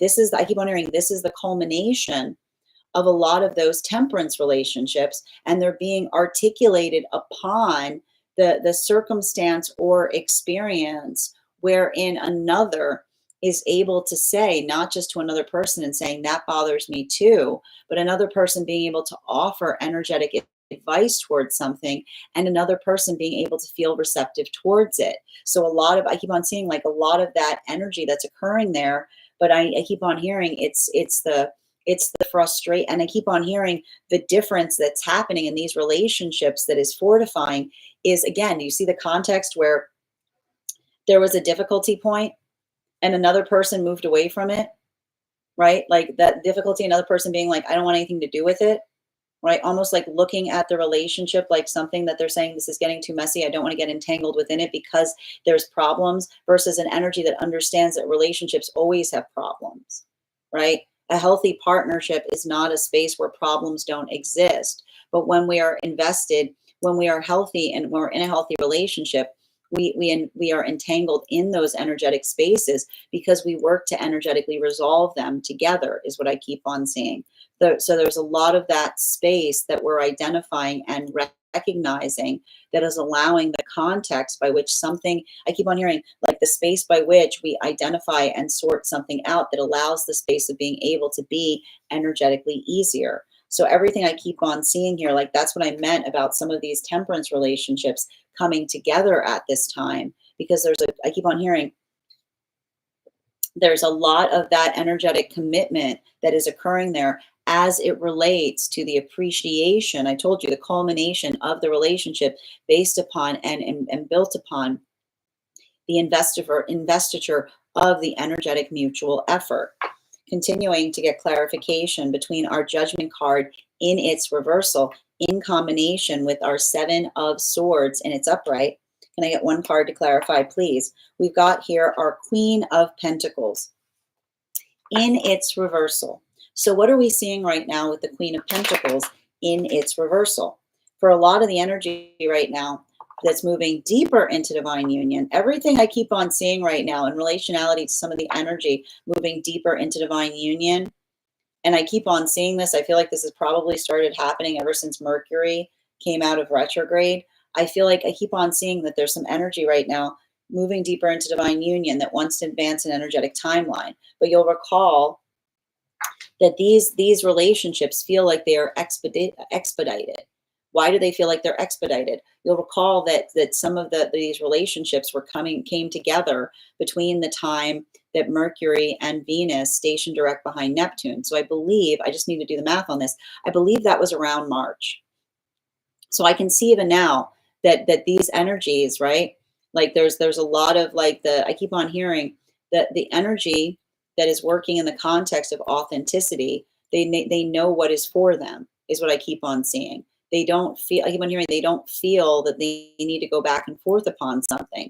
There's a lot of this energetic excitement that I'm seeing in relationality to a lot of that energy wanting to advance a timeline. So I keep on seeing the big hurdle that's being navigated right now, some of that energy is having to articulate to others around the relationship why they're moving with such, I keep wondering why they're moving with such rapidness, right? The space by which another person is articulating upon how significant they energetically feel about something, and trying to articulate to someone outside of the relationship that the reason that they're trying to expedite a process is not to change a problem in the relationship, but because something feels so energetically right and perfect.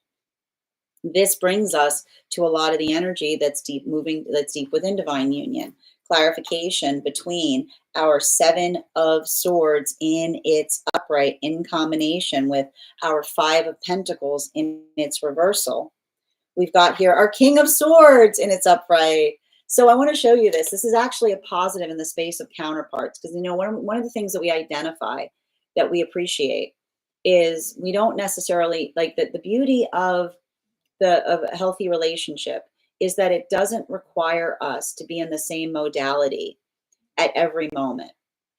It allows the ability of counterpart, because when one person, when we are, and this is why it's so important for us to be energetically vulnerable in partnership, because when we're able to articulate upon an energetic vulnerability point, we have the ability to articulate in relationality to the assistance that we can bring forth to each other. And you'll recall, like, this is a bit of a difficulty for some of these chariot relationships, because you'll remember that for some of these chariot relationships, that a lot of the context that we were seeing in some of the relationships that were coming together around the start of the year, these were self-starter energies.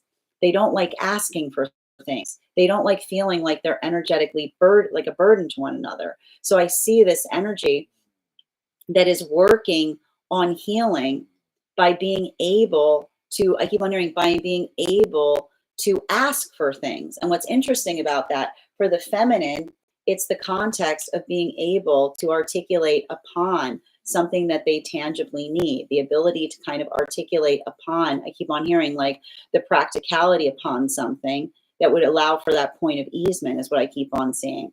For masculine, I see it's more in the space of being able to articulate to feminine from a place of authenticity as it relates to what they emotionally need, is what I keep on seeing. So again, bearing in mind, this is not based on gender, but what one feels most aligned to. Masculine is doing the work in terms of getting better, in terms of speaking upon the emotional needs. And feminine is getting better in terms of articulating and amplifying upon the practical ones. Bottom of the deck, I mean, not bottom of the deck. Let's get to the final card today before we get to the bottom of the deck. Final card for today's reading is, wow, we've got, look at that, the 9 of Swords in its reversal. So I really got to tell you, I love this spread today. If you have an opportunity to, make sure you head over to our stack to be able to see the full spread. I'll have a photo posted there when we put up the podcast. But one of the things that we're recognizing that is occurring right now for a lot of the work that we're seeing, I want to say this is feeling very much like this time, like I keep on hearing, this space kind of between this full moon in Aquarius that we went through right now up until this Virgo new moon. It feels like the culmination of a lot of these temperance relationships. I keep on identifying here the ability, I keep on hearing the ability to work through. And I got to tell you, this is why everybody, like all these temperance relationships that are coming together right now, like profound amount of credit, because it feels like a less than ideal time. It's giving a lot of, like, now it's like the intensity of this energy right now. It is so easy. I keep on hearing it's so easy to feel triggered in this type of energy. It is so easy to feel energetically triggered. I keep on hearing, like, the press is real, right? So I keep on hearing, when we've got a retrograde, like the way the one that we're feeling, like the intensity on the self, it's like the pressure is real. It feels like tangible. But that's what I keep on seeing. Like when we are I keep on hearing, when we are in the space that we feel the pressure, but we don't let it get to us, that's what we call finesse. That's what we call finesse. And so I keep on seeing that for a lot of the energy working through these cycles, and that's what I meant, like the beauty of a lot of these relationships that are coming together right now. And I keep on hearing for the energy in separation, this is, I keep on hearing, and what's interesting about it is for the energy in separation, this is energy looking at someone, like the energy that's in separation at this time. I hear somebody looking at someone coming towards them, like, and again, in the modality of not wanting to resolve something, but almost like trying to act nonchalant is what I keep on hearing. I almost hear the energy in separation closing, like ending an unhealthy cycle by looking at someone and saying, you've got a lot of finesse coming in here, which is the finesse is somebody who was not invested in working through an energetic difficulty point, but trying to allow time to resolve it. And then I keep on seeing like the space by which another person comes towards them, expecting that another person would be able to start that relationship again, is the energy that's like articulating upon the fact of someone saying you can't finesse a healthy relationship, which is the space by which another person is articulating what they're seeing in terms of being able to pick something back up where they left it off. Like the difference between someone trying, and this is the energy that says, like, I keep on hearing a lot of this energy saying to energy in separation, no restart, which is the space by which another person says, especially if these were relationships where the conversation that caused the fracture point was about the direction of the relationship. This is the energy that says it's awful convenient you coming back here in this way, because you're almost not saying that you want to continue so much as you want to begin again, right? Back to square one, which can often articulate a difference in terms of someone who articulates a manifestation goal, but they are not being authentic in the manifestation goal, because they may claim that they want a manifestation goal, but they only want the sweet spot of the beginning of an energetic relationship, all of the benefits of a relationship, but without any of the responsibilities upon it. And this is why I keep on seeing that for a lot of those temperance relationships that are occurring right now, the ability of recognizing and identifying someone where they observe mutual effort, the ability of working through problems together, understanding everything is solvable so long as the work is mutual. I keep on seeing that for a lot of these relationships, potentially even in the context of building into the relationship at this time, and a situation like that coming back in the midst of them making energetic progress in a healthy way in relationship, I keep on seeing that this is the energy that is fortifying in that situation or circumstance, and they're offering each other advice through enervating circumstances. The feeling of not only sharing the audacity of it, but working together to resolve a point instead of being triggered by it, right? Not taking it personally, recognizing and identifying what that work is, and working mutually as they move, as they continue to build towards one another. So a lot of energy moving deeper into divine union. While for a lot of the energy right now that is moving deeper into divine union, I see some of that energy right now proceeding to move deeper into divine union. And a lot of the energy, these magician partnerships, I feel like one of the hurdles that they're navigating right now is there's an intentionality that they're bringing forth. It's like that sense of excitement, that there's no energetic question in relationality to the direction that something is going, but rather working, I keep on hearing, rather working through the energetic surprise or energetic disbelief of energy surrounding partnership as it relates to the expediency by which something is coming together. But I keep on hearing, remember, these magician partnerships were coming together right around the time that like Saturn was moving into Aries. So I keep on seeing this energy that's almost like articulating to another person in terms of saying, I don't want to waste any more time if I found what I'm energetically looking for, is what I keep on hearing them say. While for the energy deep within divine union right now, I feel like a lot of this work that we're seeing that's working, that's fundamentally working right now, deep within divine union, it's like, oh, I keep wondering, it's a lot of old wounds coming up. But then in the context of, I keep on hearing, seeing how easy it can be in the space of working in accordance with someone that's moving with the same sense of easement as the self. I keep on hearing, like, one of the gifts I keep on hearing, the energy, like these chariot partnerships, is with you everything is easy, right? Remember, like, that is the gift for the energetic self starters, the chariot partnerships, looking towards the reliability of counterpart, the work that we do to try to find that easement point, working through the flexibility, working through the adaptability. I just keep on seeing that for a lot of that energy, like, I keep on hearing like the context by which they articulate upon, not only, I keep on hearing, not only the easement by which they try to resolve things, but also the fact that they're constantly working on easement, that it's not, they understand that it's not energetically, it's like, it's not working. It's like not the fact that there's problems, but it's the recognition or the feeling that problems always allow for a new solution to emerge.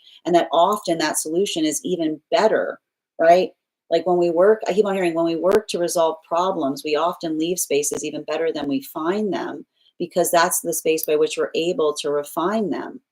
Bottom of the deck on this reading is Temperance card in its reversal.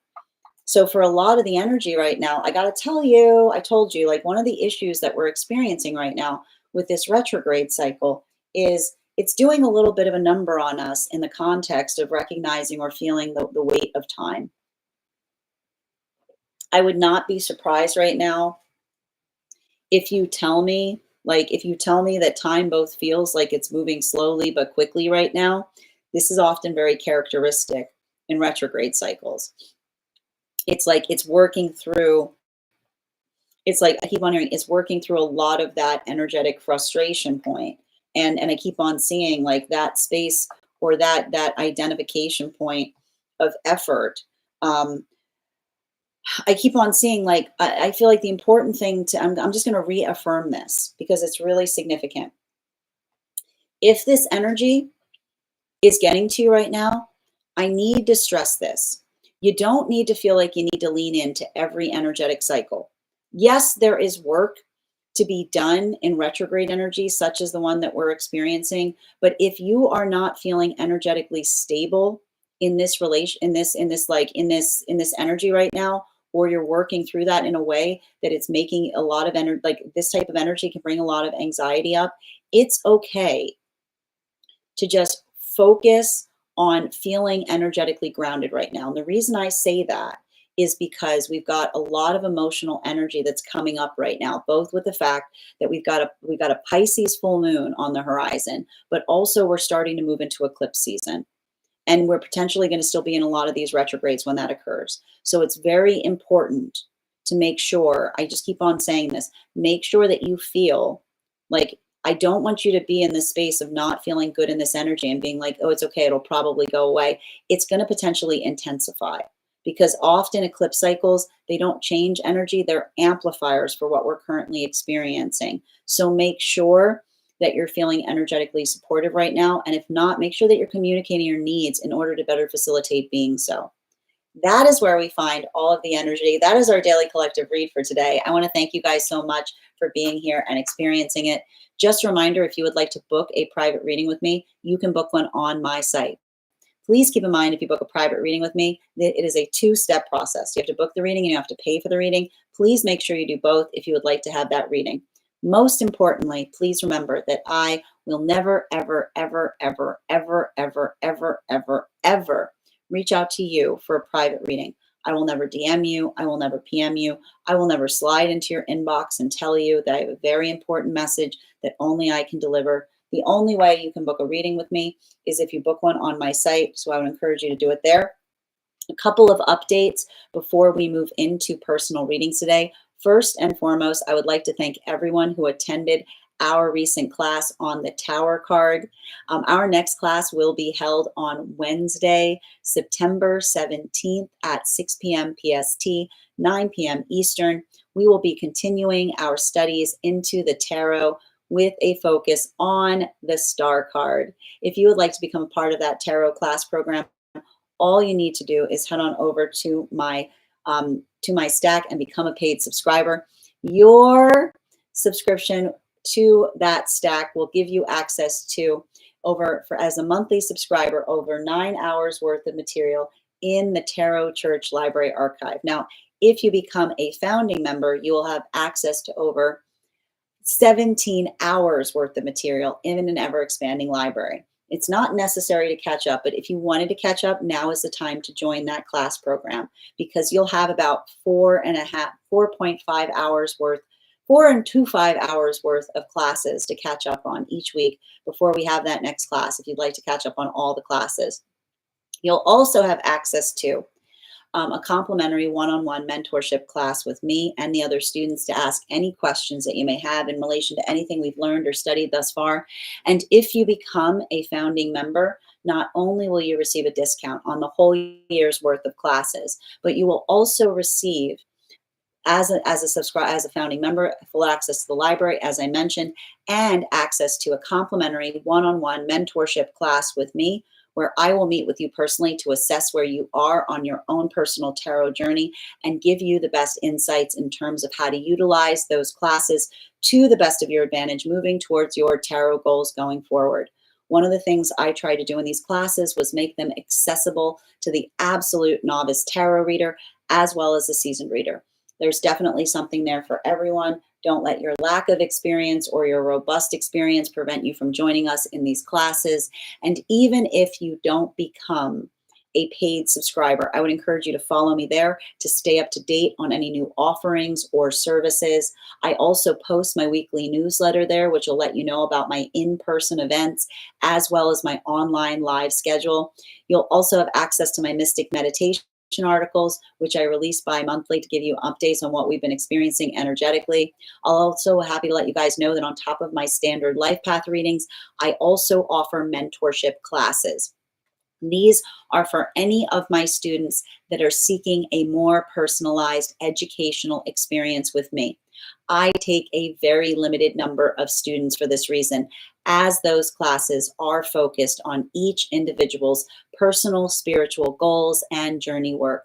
Those classes can be purchased on an individual level or as a monthly class series, weekly or bi-weekly, as your schedule permits. Also, for my clients that are seeking more consistent weekly tarot support, I'm very happy to offer weekly tarot insight packages. These can be purchased again for either weekly or bi-weekly as your schedule permits so that you can stay more consistent on your journey at a budget. I'm also very happy to now offer dream interpretation readings, which you can purchase per dream or as a series. If you purchase a series, I would encourage you to start to keep a dream journal, as we will meet weekly or bi-weekly with that journal and utilize the tarot to understand the key themes and messages coming towards you in the dream space. I want to thank you guys so much for being here today and sharing in these messages, and we will do this again tomorrow. That is our daily collective read. We are going to get started on personal readings. Arthur, congratulations. You got our highest gifter today. You will have that free reading. And Nikki, you came in second, so you will have an additional card in your reading. If anyone else would care to get on the list right now, you will be the sixth person read for. It is 3 cards for a donation of $29 or more, 4 cards for a donation of $23 or more for my subscribers. Binks and my Lio, please keep in mind there are 2 things I do not read for across these apps: pregnancy and medical. Happy to give insight on anything in private readings, and you can book private readings on my site. I'm going to take a few minutes to read over some of the comments that came through as I was reading. But we got to our 50K, guys. Thank you so much for helping us get to that milestone. We will be doing our 50K giveaway as well in just a moment once I read up on some of the comments. Thank you again. Keep on tapping that screen though, because when we get to 100K, I will be offering a second one. Thank you guys for helping us reach that milestone before the end of the collective. Fabo, thank you for sharing the live. And Erica, thank you for the heart me's. All right, confirmed. I'm in the divine union bucket. Happy to hear it, Nikki. Learning to ask for help, ask for things, working, hold on a minute. Working on through wounds. Yep. And Arthur, thank you again for all of those beautiful gifts. One moment, please. All right. Yes. Healing individually and together. Tap to claim. I used many of your ideas and points in a deep combo with my partner yesterday. It was so helpful. I'm so glad to hear that, Nikki. From what I heard last night, it worked really well. I'm glad to hear that too. I'm so glad these messages helped. Hi, little vamp. So good to see you today. And thank you again, Arthur, for all of those wonderful gifts. Looking forward to our reading. User 981, thank you for the follow as well. The list is open, Selena, if you would like to get on it. I believe I did. Perfect. I will read the list to make sure to confirm everyone's spot on it. Do you guys ever watch the collective together, or is it your me time? Oh, thank you as well. Oop, hold on. Oh, thank you for the compliment, lovely. And Daph, thank you for those beautiful, thank you for helping me reach my crown goal, dear. Grand Rising. I hope you're having a beautiful start to your day. Excellent. And thank you as well. Leonora, thank you for subscribing. I hope you've been well, dear. And Betty, your subscription's ending soon if you'd like to renew. I love that. Go on a walk, not a week. Absolutely. Hi there, Adam. My head won't stop spinning. Hold on a minute. I can't express myself. I know people are lurking close. Listen, make sure that you're feeling like you're in a space of safety. Make sure that, like I said, make sure that you're grounding through anything that you're energetically experiencing right now. Especially if you're feeling disoriented in this energy right now, make sure that you're in a good place. Okay? And make sure you're articulating through it, not reacting to it. The live keeps cutting out for you. Did anyone else experience that issue? The universe is jamming me in the blender again. Sending you support, Kay.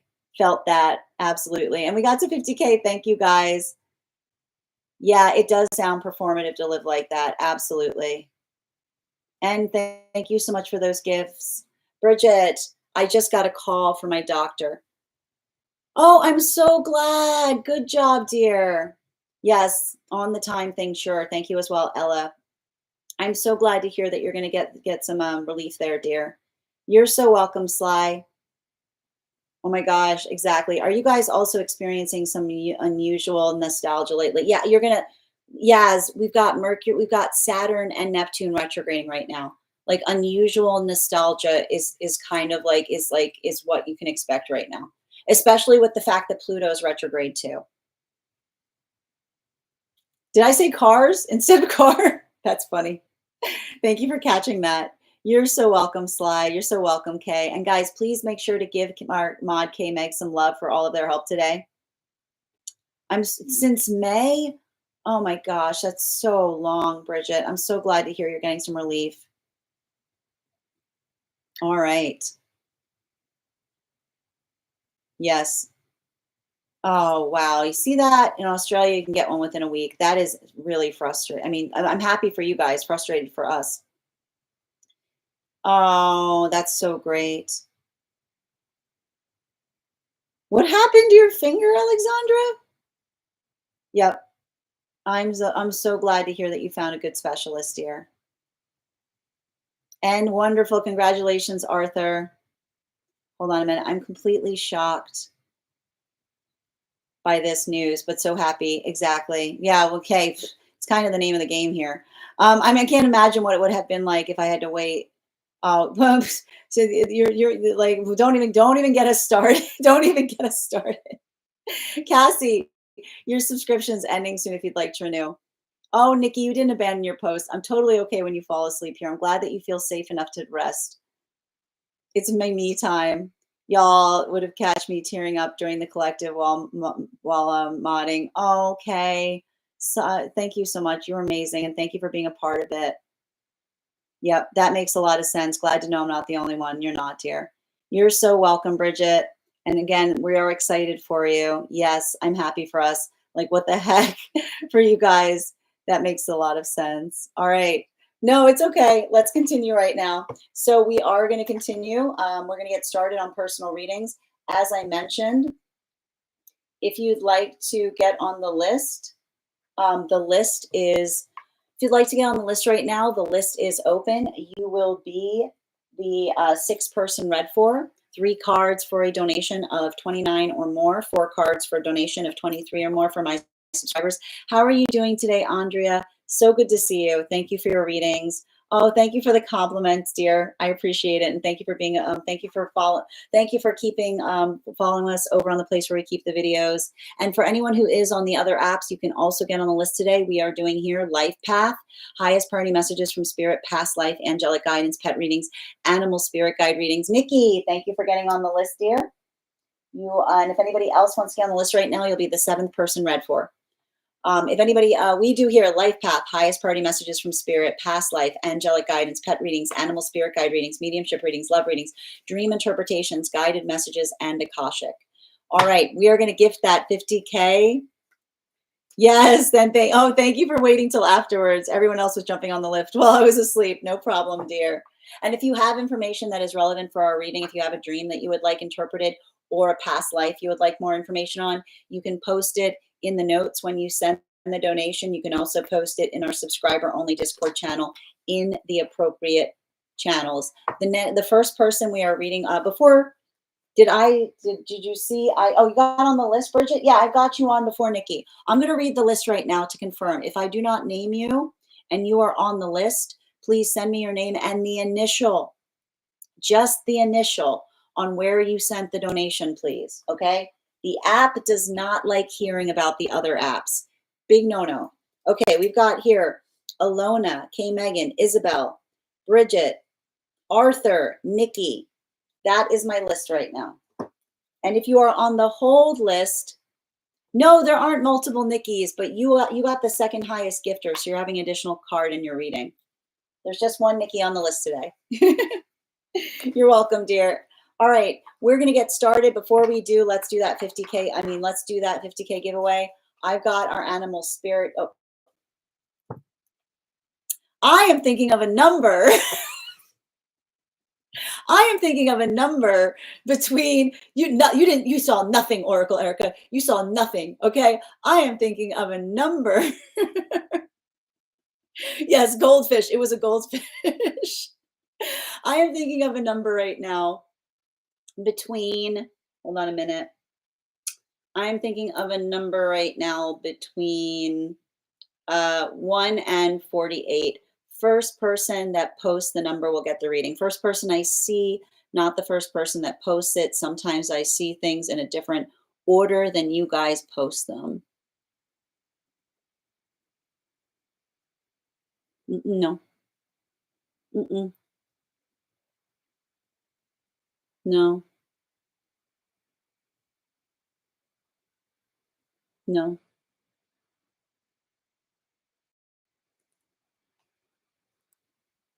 Oh, I need to back up. I need to make sure I didn't miss it.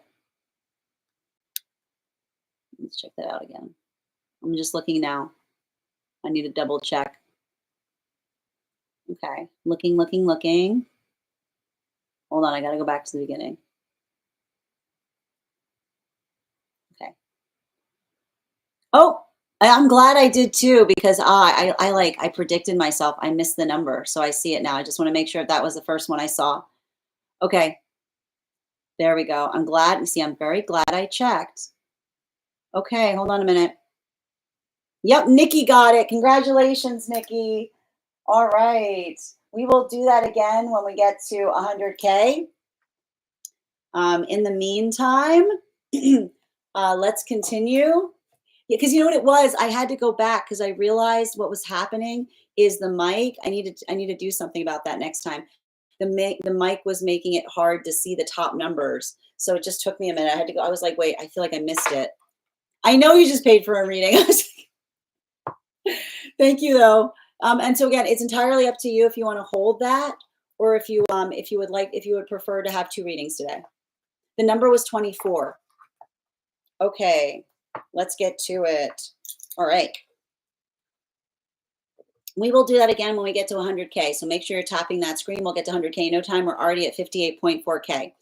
Oh, it's your birthday. Oh, that's amazing. Oh, no, that's your birthday day. Even better. All right, first person we're reading for today is Per. Per, if you're here, can you respond in all caps? Let me know if you'd like a general reading or if you have a specific question you'd like me to answer. And if anybody else wants to get on the list for today, you will be the 7th person read for. I will stress I'm keeping the list a bit short today. So, if you're still driving, that's totally okay, Per. Let me know when you're in a safe space. And thank you for letting me know. Okay, the next person we're reading for today then is K. Megan. K. Megan, if you're here, can you let me know if you'd like a general or if you have a specific question you'd like me to answer? K. Megan's pinned up there, guys. Make sure to give Kay some love. And let's do an intuition check. I've got the animal spirit guide card here. I'm going to count back from 10. When we get to 1, I will reveal the card. 10, 9, 8, 7, 6, 5, 4, 3, 2, 1. The bull. Thank you guys for participating. We'll do that after the next reading. Okay. I believe I can see. I believe that yeah. I'm assuming that is this inside T. I'm assuming K. Just let me know. Yes, thank you. All right, my friends. So just give me a moment to read over Kay's message, and then we'll do the reading. Ah, oh gosh.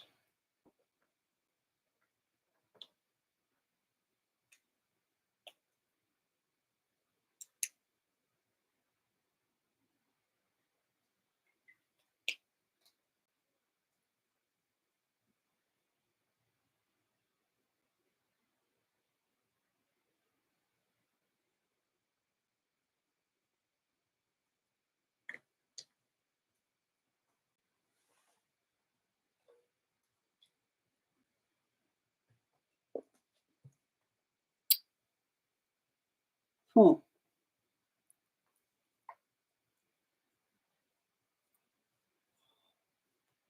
4 cards, please. Mhm.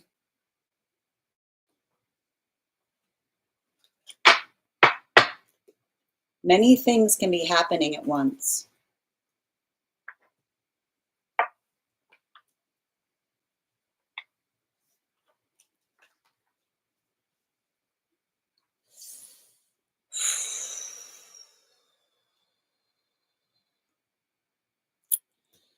I don't listen, I don't think you did something wrong, but I'm getting a message. I feel like I keep on hearing, and I feel like it has to do, I don't know if you said this. I feel like the thing that you have to ask yourself in relationality to something you saw, because I'm seeing something very deep that's happening here. The question you need to ask yourself is not, why would you let them do that? Why would they do that? Is what I keep hearing. Why would they do that? I feel like I can see somebody, um, I can see someone um, working through something to a certain extent here. And I'm actually like, the energetic read that I'm having is, um,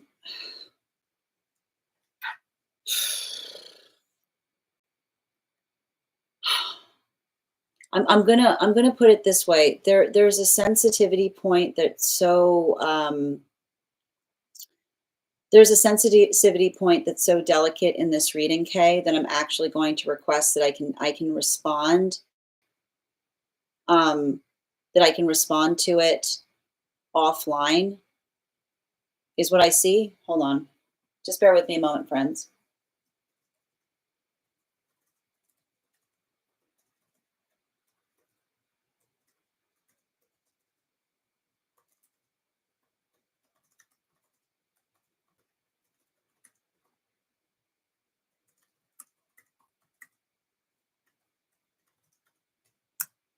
Okay. You're so welcome. And I'm happy. So I'm happy to give more insight and relationality to this. But the thing I keep on seeing is, I feel like somebody is caught in a situation where they want to talk to you about something, but they recognize that they can't, is what I keep on seeing. It's very, you remember when I articulated upon this, the sensitivity of something. Um, I keep on seeing, like, I keep on hearing someone say, "I wish I could talk to you about something more, but it's an incredibly delicate situation," is what I keep on seeing. So, the one thing I will say in relationality to this is, I literally see someone whose heart's breaking because I see somebody who completely, like, I keep on hearing someone say, "I am on your side on this," is what I keep on seeing. But I'm also recognizing, like, somebody who's working through something, like, and I've been reading this, I keep on doing readings for you, and I keep on hearing, every time I read for you around energy surrounding you, I keep on hearing, if everything goes, um, if everything goes the way that one hopes, there's a desire to have to be able to articulate and tell, like, I almost feel like everybody is holding a profoundly deep apology for you, is what I keep on seeing. is what I keep on. But I also see somebody that's like I keep on seeing them that like I feel like when I talk about the space of like a bunch of energy that is having to like make hard choices to prioritize another's safety right now, this is the type of energy that I'm getting around something. And I'm happy to walk you through more of what I'm picking up on this in like private messages. The one thing I will say is what you did was not awful. I keep on seeing someone say it was absolutely reasonable, is what I keep on hearing. But there, I keep on hearing there's something else happening, is what I keep on identifying around a circumstance or situation. I keep like it's super, it's like very, very energetically sensitive, is what I keep on seeing. So, and I'll try to, I'm happy to go into more details. I wanted to kind of give you like the base notes of what I'm reading for, but I keep on reading, like, due to the energetic delicacy of what I'm reading for, I'm going to like I'm making a personal call as a reader, and we can take this, we'll take this reading into more of a personal space. Okay. And set, but I'll tell you right now, you did not do, I keep on hearing, you did not do anything wrong. I don't see any situation by which anybody is looking at you in the context of something that you did wrong, more in the space of them feeling like, I keep on hearing someone's heart breaking because they recognize how much you care about someone, is what I keep on seeing. Thank you so much, Kay, for having that reading with me. And if this message connected to you as well, it's very common for those who need these messages to be here to experience them. We are doing personal readings right now. If you would like to get on the list is open. It is 3 cards for a donation of $29 or more, 4 cards for a donation of $23 or more for my subscribers. Links in my bio. Please keep in mind there are 2 things I do not read for across these apps: pregnancy and medical. Happy to give insight on anything in private readings, and you can book private readings on my site. The next person we are reading for today is, we are reading for, I want to see if Per is still available yet. And let me just take a moment to read over the comments that came through as I was reading.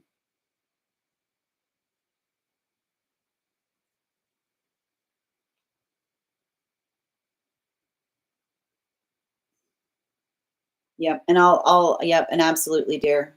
It's a doozy. No, I understand. That's not a word, Nikki. What is that word? I've never even heard it. So focus, yeah, it's very, yeah, I'll give you more in private. Yes, and thank you guys for supporting each other in the comments.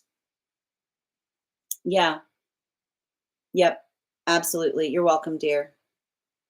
I understand it's very delicate. No, I know that's why we'll take it offline. Yep, absolutely. Exactly. And that's even to the extent of me walking through, like, there's no way I can give you this reading without without more of that coming through. So that's why I'm making that choice. Um, yes, but Selena, yeah, but if you're a non-subscriber, so you're a non-subscriber, so it would be 3 cards for 29 unless you chose to become a subscriber. I hope that helps, dear. Okay. Thank you guys for helping as well. All right, I believe Per is still en route. So if Per is still not in pocket, the next person we're reading for today is, I've got here, Isabel. Oh my gosh, I forgot about that show. It's been a while. As are you. Thank you again, Kay, for all of your help here. All right, I've got Isabel here. We're going to do a general, but before we begin, let's warm up those intuition muscles with an intuition check.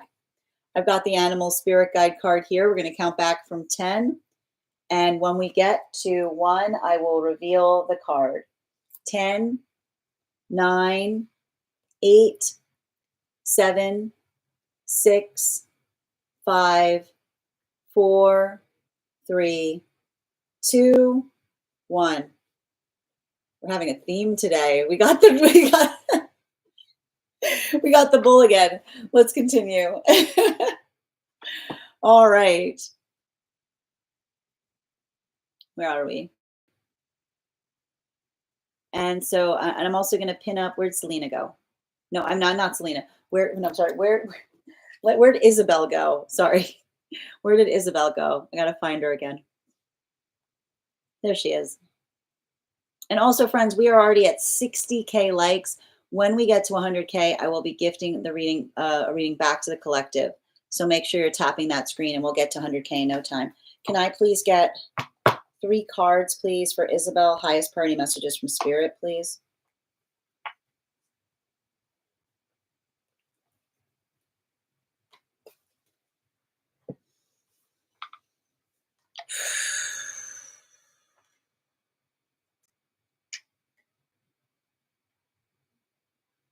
All right.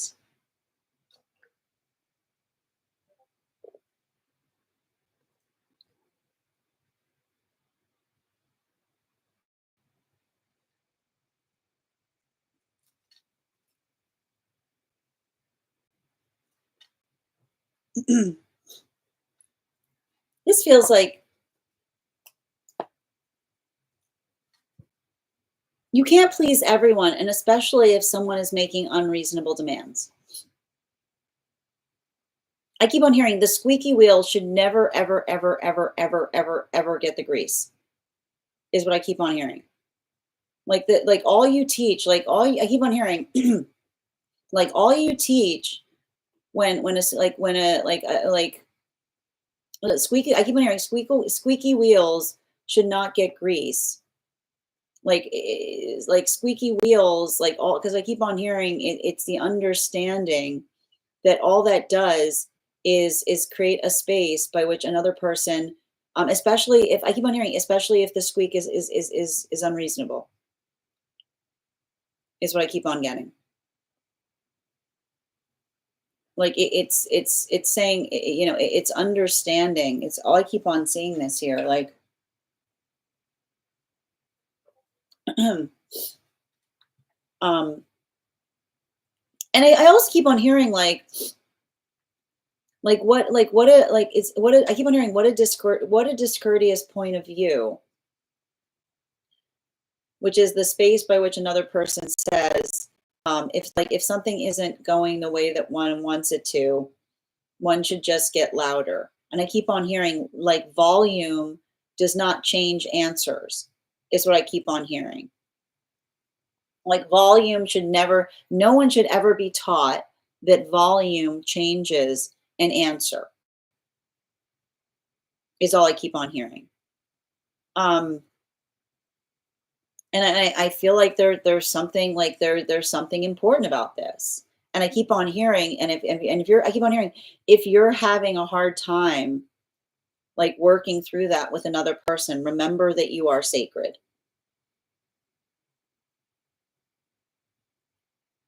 That's what I'm keep on seeing. Like remember, and I keep on hearing, especially like it's interesting too, because like my like, and this is what I keep on like as soon as I started this reading, like my throat chakra closed, like started closing up. Like it was like, and that's the thing about it, you know, like that's what I keep on seeing. Like, and I feel like, and the reason I keep on seeing this is like problems are, and I keep on hearing, I got a bunch of messages coming through, which is saying problems are resolved by working on something together, not trying to create the context that says, if something isn't going the way that I aspire it to, I'm going to get really loud about it, and I'm going to I'm going to go away. And now, don't you regret doing that? And I see someone being like, no, I don't regret it, because volume doesn't change answers. And also, volume, typically when someone gets loud about something, the volume is a distraction. The volume is a distraction from like the volume is a distraction to avoid a conversation, is what I keep on hearing.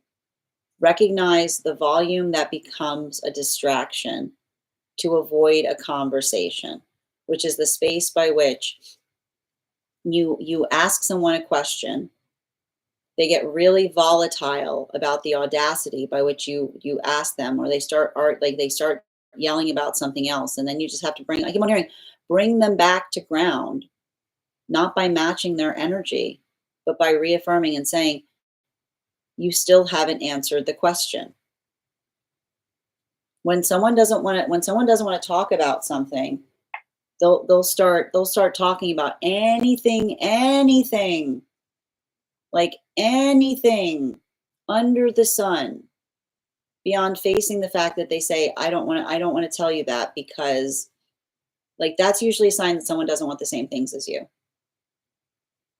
And I keep on saying, especially if this was a situation where you were trying to get clarity in terms of the direction of a relationship or where something was going, it's not needy to have a fixed need.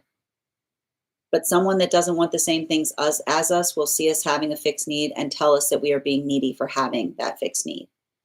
I feel like there's something here that and I keep on hearing from one of your ancestors, if you asked a question and someone's volume went to 11,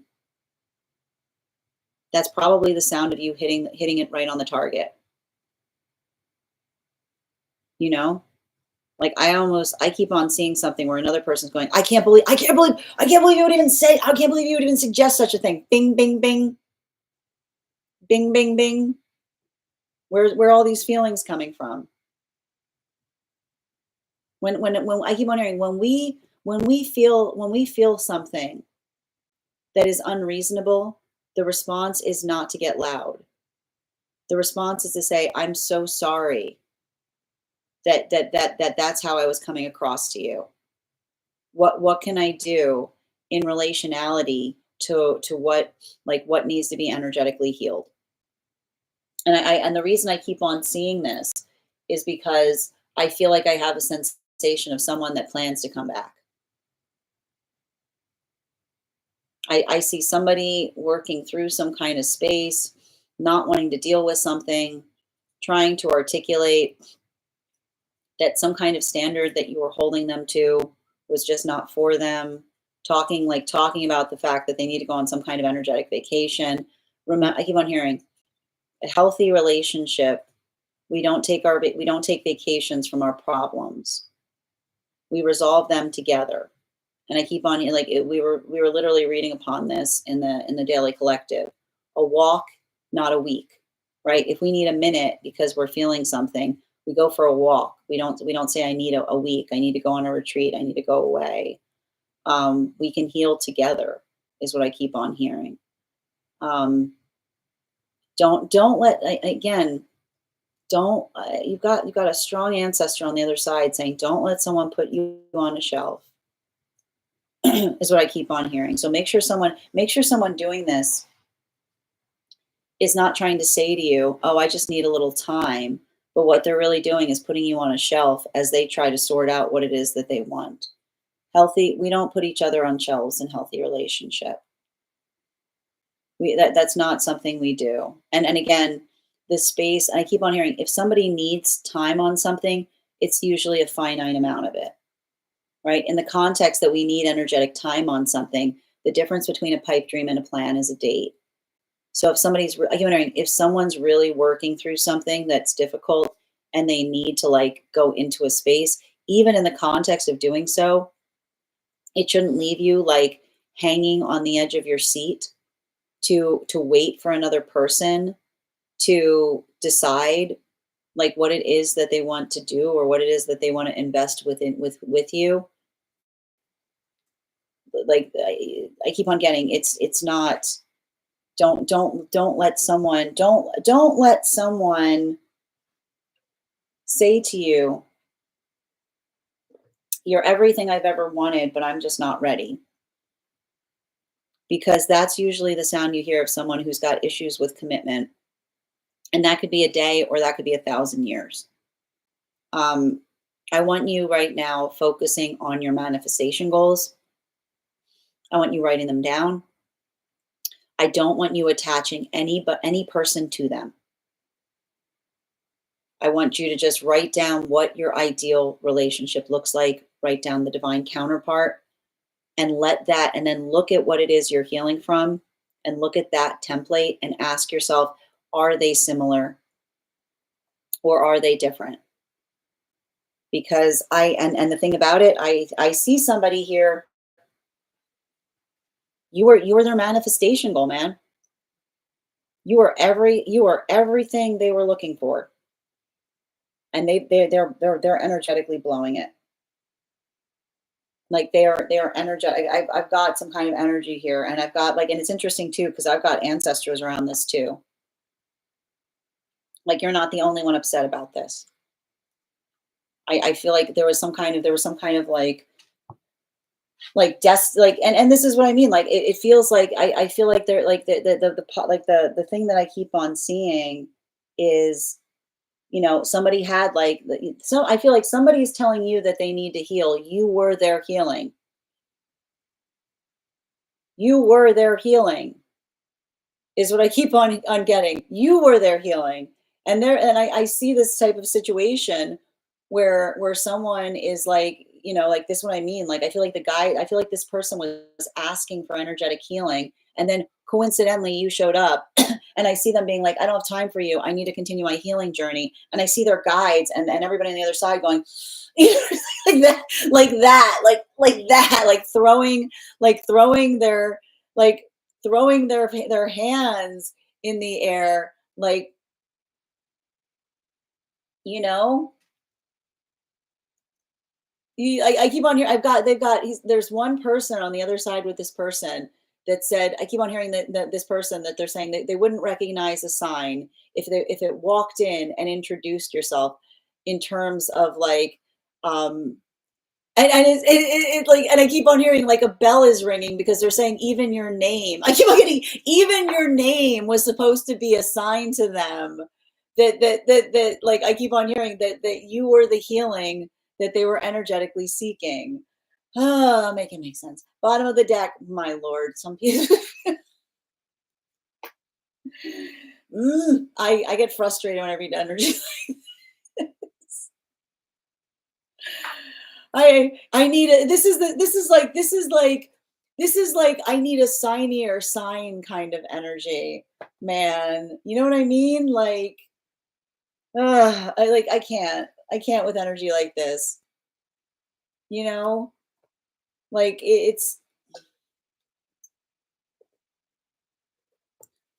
I feel like there's something they've got commitment issues. You know, you did not create those. I've got, and it's funny too because I'm just getting all this like all of this ancestor energy around someone that is apologizing for them is what I'm getting. They're like, you did not create this in them. They've always been like this.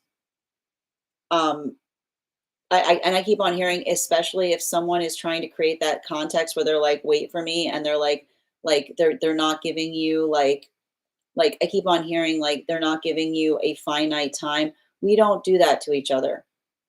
We never tell each other wait. And if we say we wait, it's like, I'll be there Tuesday, not, I don't know when I'll ever be ready. Because that is the song of someone who wants to have connection with you, but is asking you to lower your standards to be in relationship with them, which is, I keep on hearing, no open door policy as it relates to relationship. No open, and I keep on hearing, I don't want you to like, as you're healing from this, do you see how much my throat chakra started closing up as I was doing this reading? I want you like writing down, I prioritize energy that prioritizes me and wants the same things as me. Don't let this energy, don't let someone say, oh, I keep on hearing, don't let someone be like, get upset or heartbroken that they see you moving on and then being like, I thought we mutually agreed that we were I keep on hearing, I thought we were mutually agreeing that we were taking a sabbatical, which means I get a trial period to decide if I still want to be in this relationship, but I'll be upset if you start moving forward in the wake of it. I keep wondering, there are no sabbaticals. There's no sabbatical in a relationship. There's not the space of another person saying, I want time, but we're on a break, which basically means I'm going to go do whatever I want as I wait, as I decide if I want this, and you just need to wait. And if you do anything beyond waiting, then you are violating, I keep on hearing, you are violating the terms that only I have decided for this energetic relationship.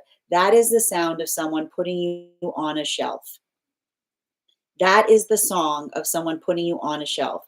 And you can tell, and it's funny too, because this isn't even coming from them. This is coming from an ancestor who I'm getting on the spirit side worked very hard to get you guys to meet each other, and is furious at this person. Absolutely furious at this person is what I see. So I keep on hearing, it's funny too, because they're coming from their ancestor, and their ancestors, and that ancestor is saying, don't let that person make you feel bad about that for a minute. Because I almost have I almost see somebody who, as soon, like I keep on seeing you and especially if they only come back when they see you moving on with another person. Don't let them having given some architecture where they said to you, I need some time, which means stick around, don't do anything. And then when you finally move on, they go, how dare you? I wasn't done making you wait yet, is what I keep on hearing. Thank you so much for having that reading with me, Isabel. And if this message connected to you as well, it's very like, if this, no, sorry, there's somebody on the other side who is like I just see flames. You have no idea. Okay, thank you so much for having that reading with me, Isabel. And if this message, they're in so much trouble. I would not want to be them. I don't know who this is on the other side. I would be very curious about this person's dream space right now, man. I would be very, very curious about this person's dream space. All right. Then thank you for having that reading with me right now. And if this message connected to you as well, it's very common for those who need these messages to be here to experience them. We are doing personal readings right now. If you would like, I need a bell after this reading. Thanks. If this message connected to you as well, it's very common for those who need these messages to be here to experience them. We are doing personal readings right now. If you would like to get on the list is open. It is 3 cards for a donation of 29 or more, 4 cards for a donation of 23 or more for my subscribers, Binks and my Lio. Please keep in mind there are 2 things they don't read for across these apps, pregnancy and medical. Happy to give insight on anything in private readings, and you can book private readings on my site. The next person that we are reading for right now is, I'm just going to take a minute to read over the comments that came through as I was reading.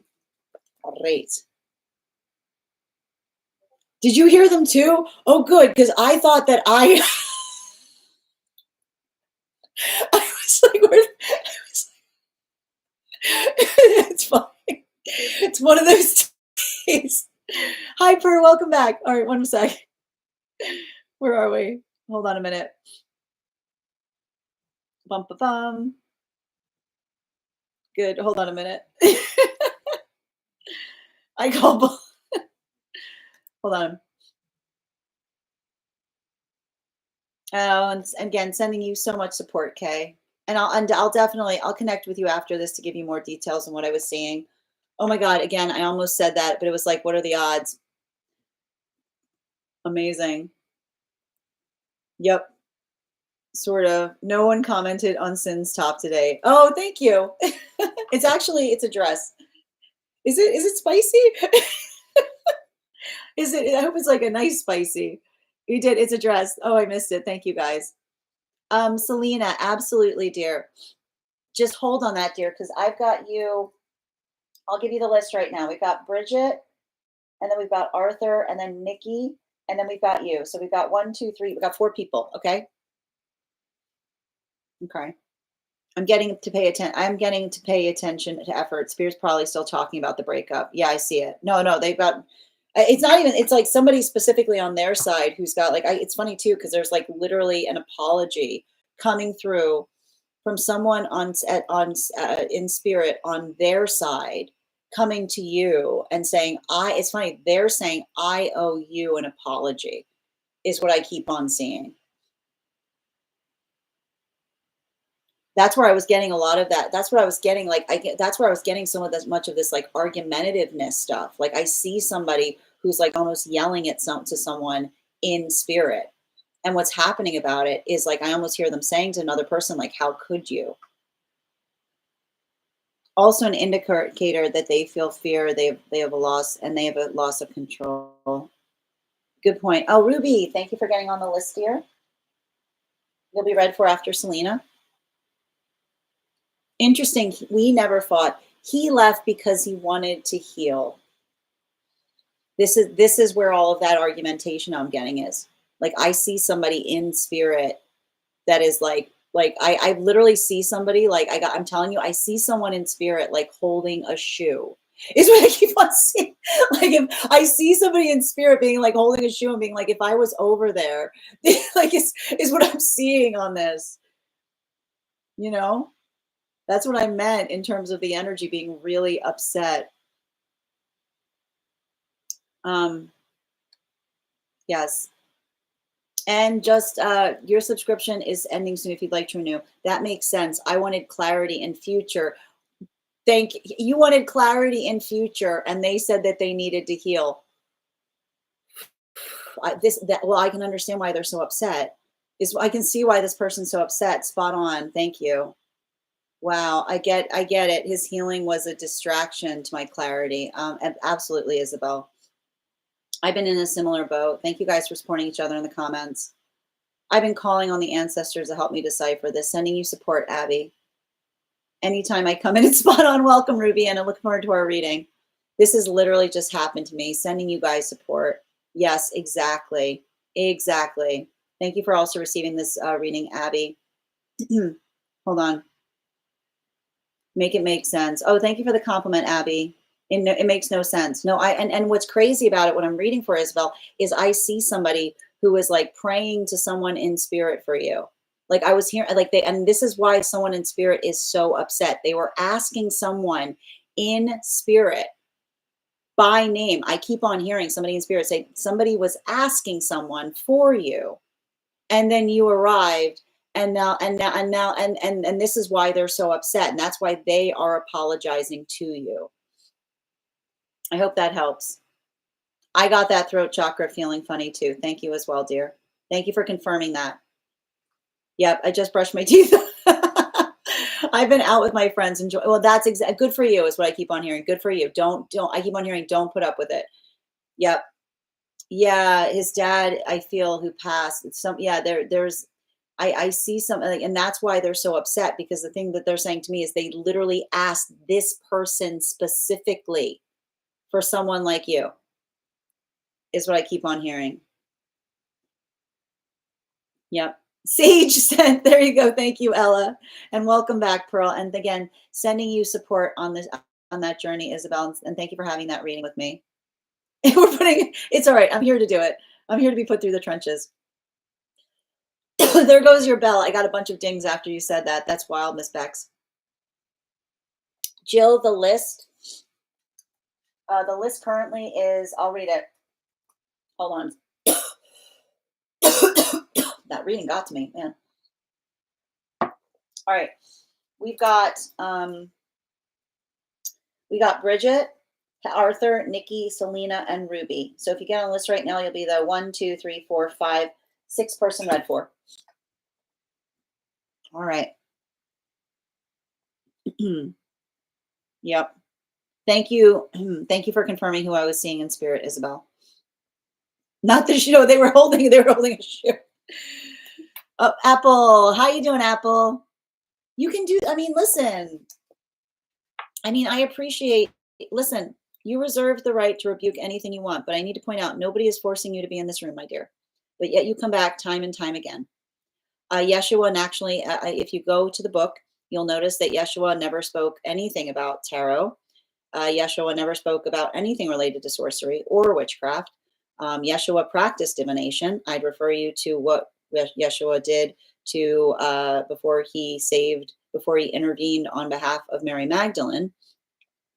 And also, I need to point out that if you take the book that you're referencing and you open it up for inspiration, you are also performing an act of divination, because that's bibliomancy.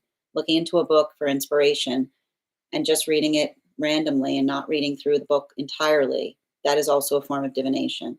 So I'm going to say the same thing I do every time you arrive here. I've got the same rules that Yeshua had. This is a sanctuary. You can stick around as long as you're nice, as long as you're not casting judgment or trying to provoke fear in those that are here. This will be your first warning before you are muted. But again, I hope you find the healing you seek, and I hope you start to understand the book that you have a tendency of referencing so voraciously. Thank you so much, dear. All right. Thank you, Kay. Yeshua literally never said that they were the only way. Yeshua said love was the only way. I would ask you to reference the book and make sure that you're quoting Yeshua correctly. Yeshua never said that they were the only way. They said that we had to love one another, and that and then the love was the way. Thank you, dear. All right. Sorry about that. I lost my spot. Leviticus. We're going to get back to Leviticus. Apple, I asked you this the other day. You didn't respond to me. Can you please walk me through who wrote Leviticus? If you are so dogmatic in only referencing Leviticus, I would like you to tell me who you think who wrote Leviticus, and who were they writing it to? If you can, I'm totally. If you're going to keep on, every time you come in here, you quote one line from Leviticus. I've got a lot of thoughts on that book. I've read it heavily. I'm very happy to walk you through it, but I'd like to find out what you think it means. But first, I'd like to understand if you studied it. Thank you, Selena. I'm very happy to have you here. All right, let's continue. Okay, applesauce. Okay, and I appreciate it, Apple. In fact, because you keep coming in here and quoting Leviticus, we're going to start a whole section. We're starting a whole section in our Discord to work through a lot of the Bible pieces that you like to quote upon. So thank you for the help. I deeply appreciate it. Woo, apples and cheese. Why is it so good? It's like so good. All right, let's continue right now. We're gonna. Somebody suggested that the other day. I think we're gonna start creating it because there was an interest in starting to do a little bit more of the studies into that. But listen, I'm a big fan of the Bible. It's a beautiful book. There's incredible things in it, but it's often misquoted, mistranslated, and misunderstood. All right, let's continue right now. The next person. Oh, let me know if we're doing a general or if you have a specific question. And while we wait for Purr's question, let's do an intuition test. I've got here our animal spirit guide card. We're going to count back from 10. And when I get to 1, I'll reveal the card. 10, 9, 8, 7, 6, 5, 4, 3, 2, 1. Frog. All right. Let's continue.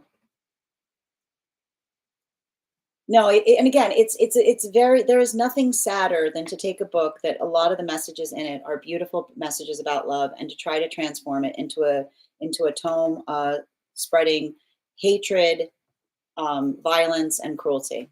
I think that there's nothing worse than that, than to take a book that's meant to express love and to try to twist it in that capacity. Oh, you were thinking about something amphibian or aquatic. Well done, Winona. Exactly. Beautifully said, Oracle Erica. All right, Purr, I got you. I'm going to pin up Purr here. Let's give Purr some love. Oh, and thank you for letting me know it's in the disco. Bum, ba, bum. Just bear with me a moment.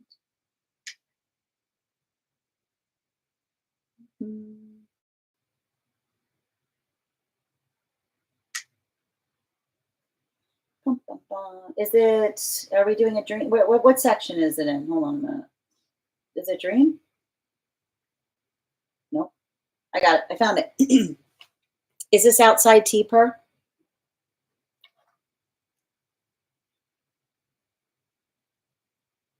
All right. Thank you. Okay. Connection to spirituality. Some context.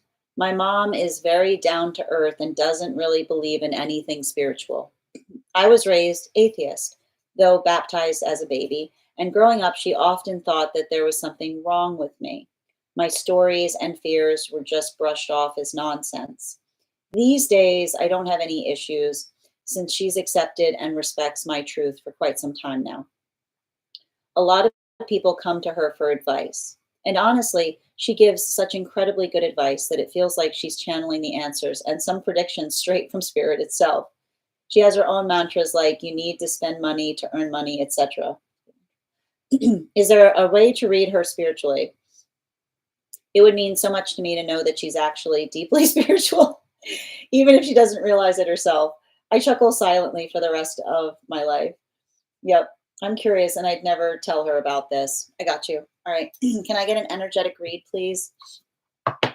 Highest priority messages. Kind of, yep.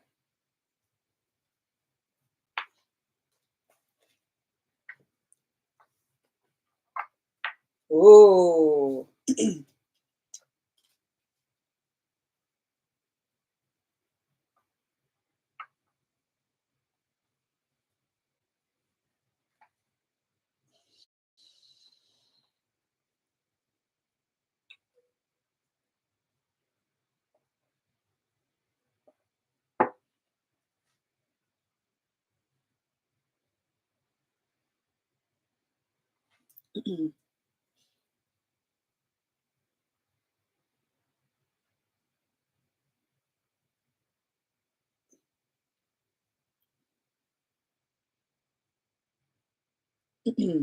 This a Capricorn? There's like they're very mystical, is what I keep on seeing.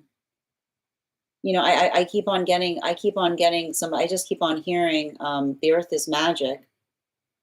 You know, I don't need to go somewhere to create fake. Like it's like that. That's like that's what I see. You know, I see somebody who um you know, I feel like, and it's interesting too because I feel like I see somebody who had to do a lot of work in terms of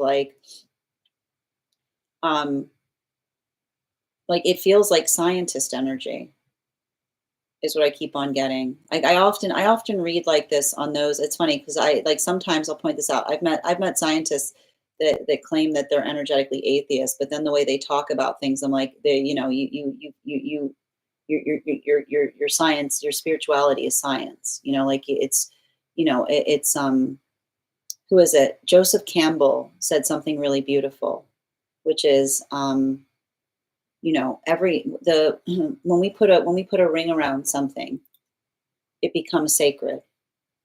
That sacredness is found in what we find energetically important and precious. And so I don't see somebody like I don't see somebody here who um is atheist by any degree. I almost see somebody who believes deeply in the magic of existence. And I feel like I almost feel like they worked. I feel like they like it's funny too because I've got a little bit of a tongue in cheek energy around someone. In relationality to, I keep on hearing they don't put on airs. You know, like I almost see a situation where I keep on seeing like the reason they it's like I see somebody who's like they don't feel like they're spiritual because it's so integral to them. They feel like it's wild that others don't recognize it, like don't see it as that either, is what I keep on identifying. So, um, I mean, I think that there's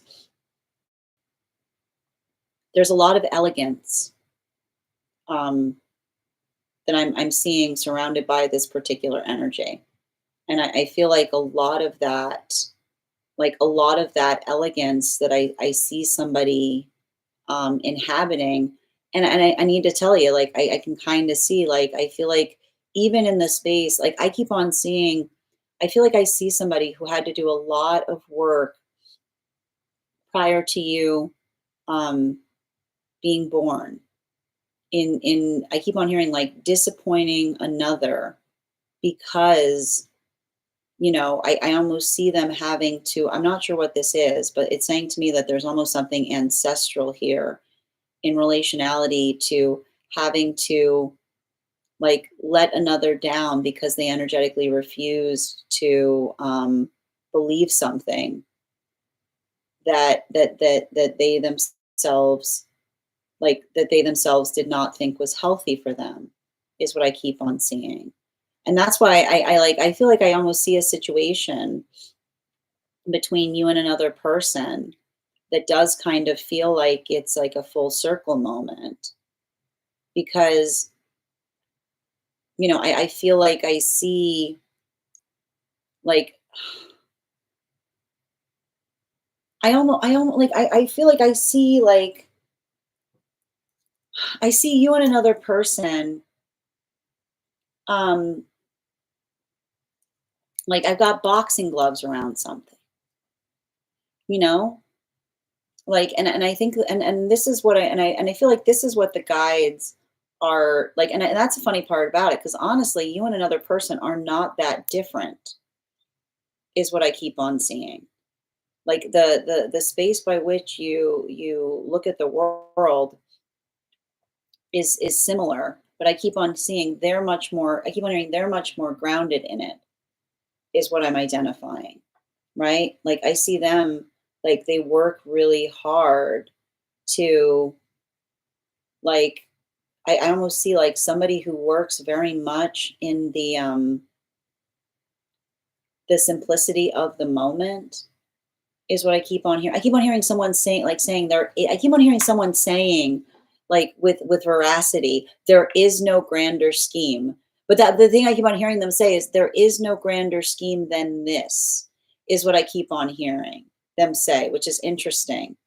Like, because I keep on hearing someone say, like I keep on hearing them say, like they have to tell them, like I feel like there's something that they're working to repair in the context of them articulating and saying, I like they work. I feel like they have a deep gratitude mindset in the space by which they don't they try. I keep on hearing it's like they almost like try every moment to be as present as possible, is what I keep on hearing, because they keep on saying, I keep on hearing the energy say, there is no grander scheme than this. And that's funny because when they say this, I'm like, boom, there's the sacredness. I'm like, ah, I caught you. There's the sacredness.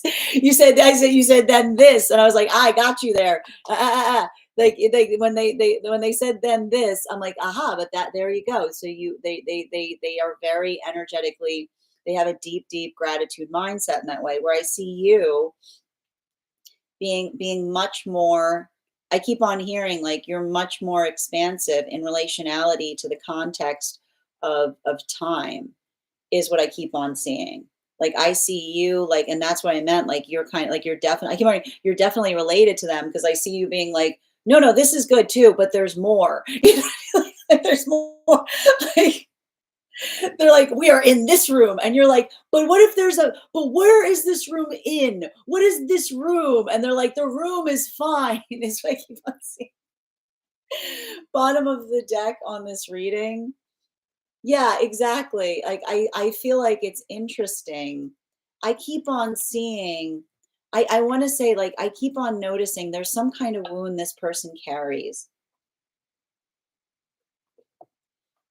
Um, like there's a wound this person carries, I think, that they don't talk about, of having like I almost see somebody who rejected them for something greater, is what I keep on hearing. Like this is giving me like some kind of space by which another person was like I have to dedicate my life to something, is what I keep on hearing them say. And I keep on hearing, I keep on hearing them say they lost somebody dear to them because they said that they had to dedicate their life to something instead of energetically living it, is what I keep on seeing. And I feel like there was something about the observation of that, that I feel like in a way, like they're I keep on hearing that's what I meant about their I keep on hearing their latent sacredness is evocative in them saying there is nothing more sacred than this, which is the space by which they build really into the context of the present moment that they find energetically sacred. I hope that helps in terms of what I'm reading for them energetically. And if this message connected to is, and that's what I meant. But the thing is, this is very beautiful. Is like you want to hear there. This is very beautiful because they're very, very energetically sensitive. So and again, this is often like I keep on hearing, building into the context of the present is considered also a spiritual practice because it allows you to be like it, like that in itself is a spiritual practice. So I almost see somebody like every time they say I keep on hearing every time someone says there is nothing more sacred than this, they don't realize that they're practicing a spiritual practice that they're just not putting into words. Thank you so much for having that reading with me, Per. And if this message connected to you as well, it's very common for those who meet me. Yeah, it's funny too that the devil card popped up because that's how they feel about anything other than that. They're like, "What are you doing?" You know. Thank you so much for having that reading with me. And if this message connected to you as well, it's very common for those that need these messages to be here to experience them. It's very existential. They're very existential. If this message connected to you as well, it's very common for those that need these messages to be here to experience them. We are doing personal readings right now. If you would like to get on the list is open. It is 3 cards for a donation of 29 or more, 4 cards for a donation of 23 or more for my subscribers, links in my bio. Please keep in mind there are 2 things I don't read for across these apps: pregnancy and medical. Happy to give insight on anything in private readings, and you can book private readings on my site. I'm actually going to be closing the list. So if anybody else would care to get on the list, you can get on. You'll be added to tomorrow's list. The next person we are reading for today is, I am looking for Bridget. Bridget, if you're here, can you respond in all caps? Let me know if you'd like a general reading or if you have a specific question you'd like me to answer. Lisa, you are 1, 2, 3, 4, 5th person on the list today. Okay. Hold on, just reading over the comments that came through as I was giving that reading.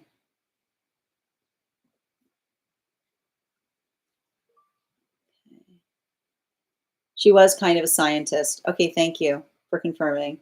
Great squad, I like that. You're welcome, Winona. Hold on, I'm just reading back on the notes. Let's dance. I like that. I like that, Per. I know. I appreciate all of you here. Thank you guys for making this collective so wonderful. It's Per time. Super interesting question. I've read it already.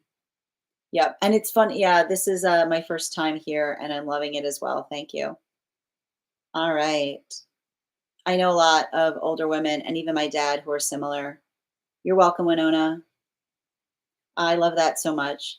My world is, oh, listen, I want you to be grounded right now, Winona. If you are standing, if it feels like things are falling apart around you, I want you to build towards feeling stability within you. Okay? That stability can't be taken from you. Focus on feeling grounded, okay? And thank you, Winona. And yep, thank you for supporting each other in the comments. Stella, the list is closed today, dear, but I'm happy to take that reading for tomorrow. You'll be the first person on the list. You'll also have an additional card in your reading. Science has been proving more about spirituality. Exactly. Yes, the privilege of a lifetime is being who you are. That's beautifully said.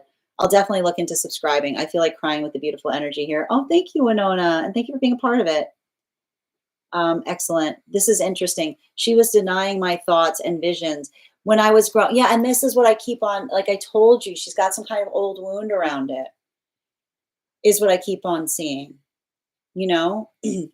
Like I see somebody that I keep on hearing, like I feel like I keep on feeling like they have some kind of wound in relationality to, I keep on hearing someone who like kind of went off the deep end, like with spirituality. Like I feel like I keep on reading for somebody who feels like they lost somebody because um I keep on hearing they were too invested in something that wasn't there to be attentive in the practical space. I keep on hearing like it's almost giving me like somebody who was deeply spiritual but felt like they were more practically negligent. Is that what I was keep on reading for that wound?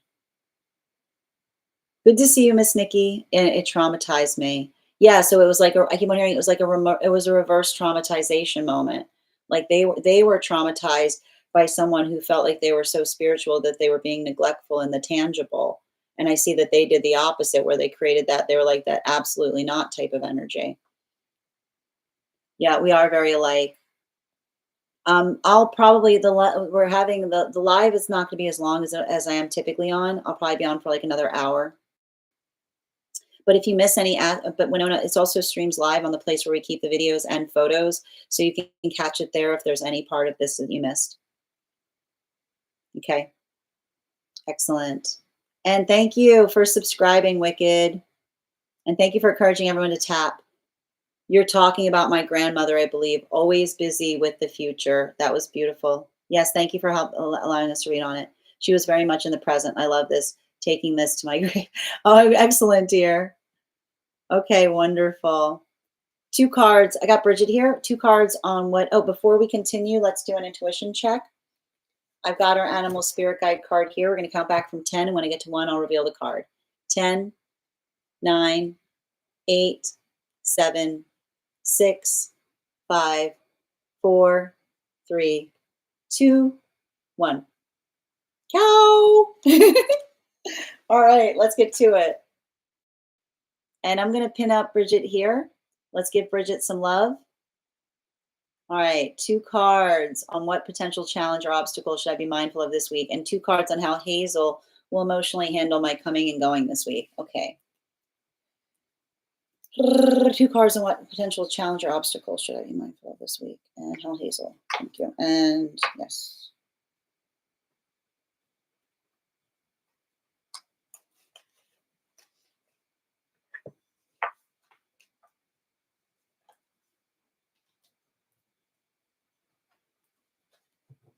I mean, I keep on seeing that there's a lot of work that you're doing this week on growing a business is what I keep on seeing. You know? Like, and it's giving me like putting some footwork and stuff. You know? I feel like I see like a very full schedule around you.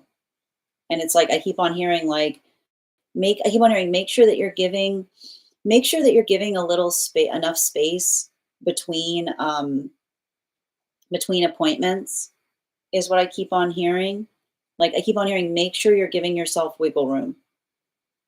I keep on hearing, make sure that you're giving yourself wiggle room, especially if your clients don't know what time is. Make sure you're giving yourself wiggle room, especially if your clients don't know what time is all I keep on hearing. Make sure you give yourself wiggle room, especially if your clients have literally no concept of what time is what I keep on seeing. Because I keep on hearing it's like you can't keep them on your clock. they're gonna mess up your schedule is what I keep on hearing. Clients that have no concept of time are gonna just like, they're just gonna mess with your schedule. So that's what I keep on seeing. Like I feel like this is some kind of there's something about this week that is helping you recognize how much wiggle room you need to give yourself with a full slate is what I keep on seeing. And it does say, like I keep on hearing, if anything gets jammed up, don't get upset. I keep on hearing, if you get jammed up, be like, I'm excited to make a new rule about this. Is what I keep on hearing. I'm excited to make a new rule about this. I'm gonna put this. I feel like I see you being like, I'm gonna put this I'm gonna put this like somewhere so this never happens again and it'll be fine. It is a learning experience. It is an experience by which I learn. Is what I keep on hearing. So that's how you're gonna handle frustration. Every time you hear frustration, I just want you to say, I'm gonna make a new rule about this. In relationality to the cat, this is fine.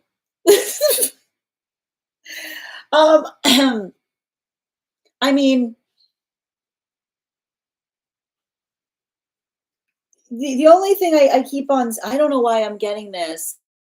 Be careful where you put the treats or something, because I don't know what's up with this cat, but this is giving me a little bit of like, I'm getting a little bit of energy of like when mom's away, I can play kind of thing is what I'm getting. And I don't know why. I feel like this cat knows where you keep something is what I keep on seeing. You know? Like it's funny. Like I don't see this being an issue with neediness. I see this being a cat being like, well, if they're not here, that means I can do anything I want. Is what I keep on seeing. And I do feel like there's um Like I almost see, I don't know why, like I don't know why it feels like it's, I don't know if this isn't, is this like, is this like a very hungry cat? Is this the type of cat that like looks for food everywhere? Um, because it does feel like I see, like I've got a little bit, it's funny, I've got a little bit of like cat burglar energy around somebody, like trying to get into something that they typically know that you tell them to get off of, is what I keep on seeing. So I don't necessarily see them like upset, but I do see them being naughty, is what I keep on seeing. You might want to get one of those like cameras where you can yell. I keep on hearing you need one of those cameras where you can like yell at the cat through it. So it'll be like, oh, nuts are here. Oh no, mom has gone omnipresent. It's like, you're gonna have to get one of those. So it'd be like, mom's gone omnipresent. She knows I'm doing what I shouldn't be doing, is what I keep on seeing. You need to get one of those cameras. Oh, there you go. Yeah, because I see someone, and it's funny too. I just keep wondering, mom's gone omnipresent again. Yeah, it's funny too because I still, they haven't figured it out, is what I keep on seeing. But I think, and this could actually be an issue. I think they're starting to put it together. This is a very smart cat. I wouldn't be surprised if they try to mess with it, is what I keep on seeing, you know? Like I wouldn't be surprised. I see somebody here. I feel like I see somebody who's like crunching numbers, is what I keep on getting. So I feel like overall, but again, I think that that's the thing. Like, let this be a learning week, you know? And I feel like it's having to be a learning week in terms of both like navigating navigating like making sure that you're giving yourself wiggle room and setting new standards and relationality to being able to handle like something that's expanding, while also you've got like you've got an adolescent kind of energy in your house right now in the form of your cat, which is like when you're away, they're like, yes, excellent. Thank you so much for having that reading with me. And if this message connected to you as well, it's very common for those who need these messages to experience them. I'm going to take a moment to read over some of the comments that came through as it was reading. And the list is closed today, but if you'd like to get on the list for tomorrow, you'll be the second person read for. You will also have an additional card in your reading if you get on the list today. It looked like a Highland cow. I know, it is a really cute it's a cute cow. Yeah, it's very cow focused today.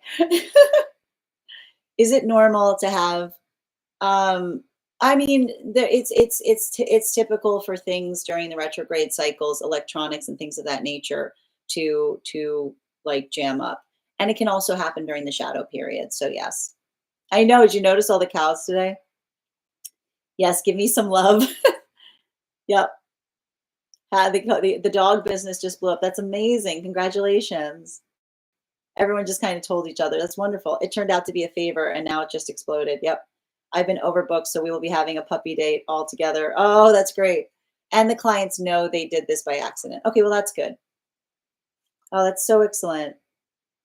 And Hazel has started being sneaky. I guess so. That was definitely not planned. I love this. She started, oh man, I hate it when they eat paper. Oh man, why do they do that? It's so frustrating. I do have a camera with a speaker. That's a combination of a cat and dog together. Yes. That's amazing. That's why I don't usually speak through it. Yeah. And it's mounted to the wall now. I'm new to the dogs. I've never had one. Out of my element here. It says, I mean, it says to me, like, it feels like a pressure week, but it feels productive. It feels like a good thing. And I feel like it's also like it helps you understand better ways to like manage that going forward. All right. And thank you again, dear. Next person we're reading for today is Nikki. I'm also going to ask and see if there's anybody who'd be willing to be moved to the list tomorrow, because I am a little short on time today. And I want to make sure that I'm going to have enough time to be able to do the one cards. So if there's anyone who would be willing to move their reading to tomorrow, just let me know. I'll also give you an additional card in your reading. You're so welcome, dear. Oh, thank you for that gift, dear. Excellent. All right. If not, we're going to proceed. The next person on the list right now is Nikki. Nikki, could you let me know if we're doing a general or if you have a specific question you'd like me to answer?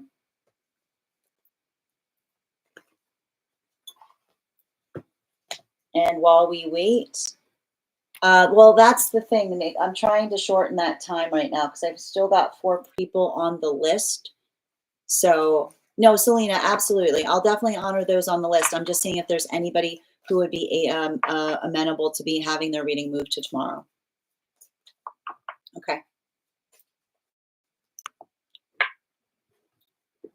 I would say probably, like, Ruby, I'm going to try to get to 1 cards within the next 30 minutes, if that helps. All right. Nikki, I haven't seen you respond yet, dear. Second call for Nikki.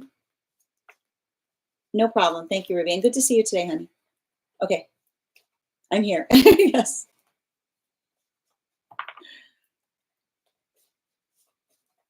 Okay. So Nikki, did you have your question together? Got it. Guidance on partnership, please. 4 cards. Highest priority. And 2 more, please. Also, I'm going to pin Nikki up here. Make sure to give Nikki some love. We want to support each other across. Absolutely. All right.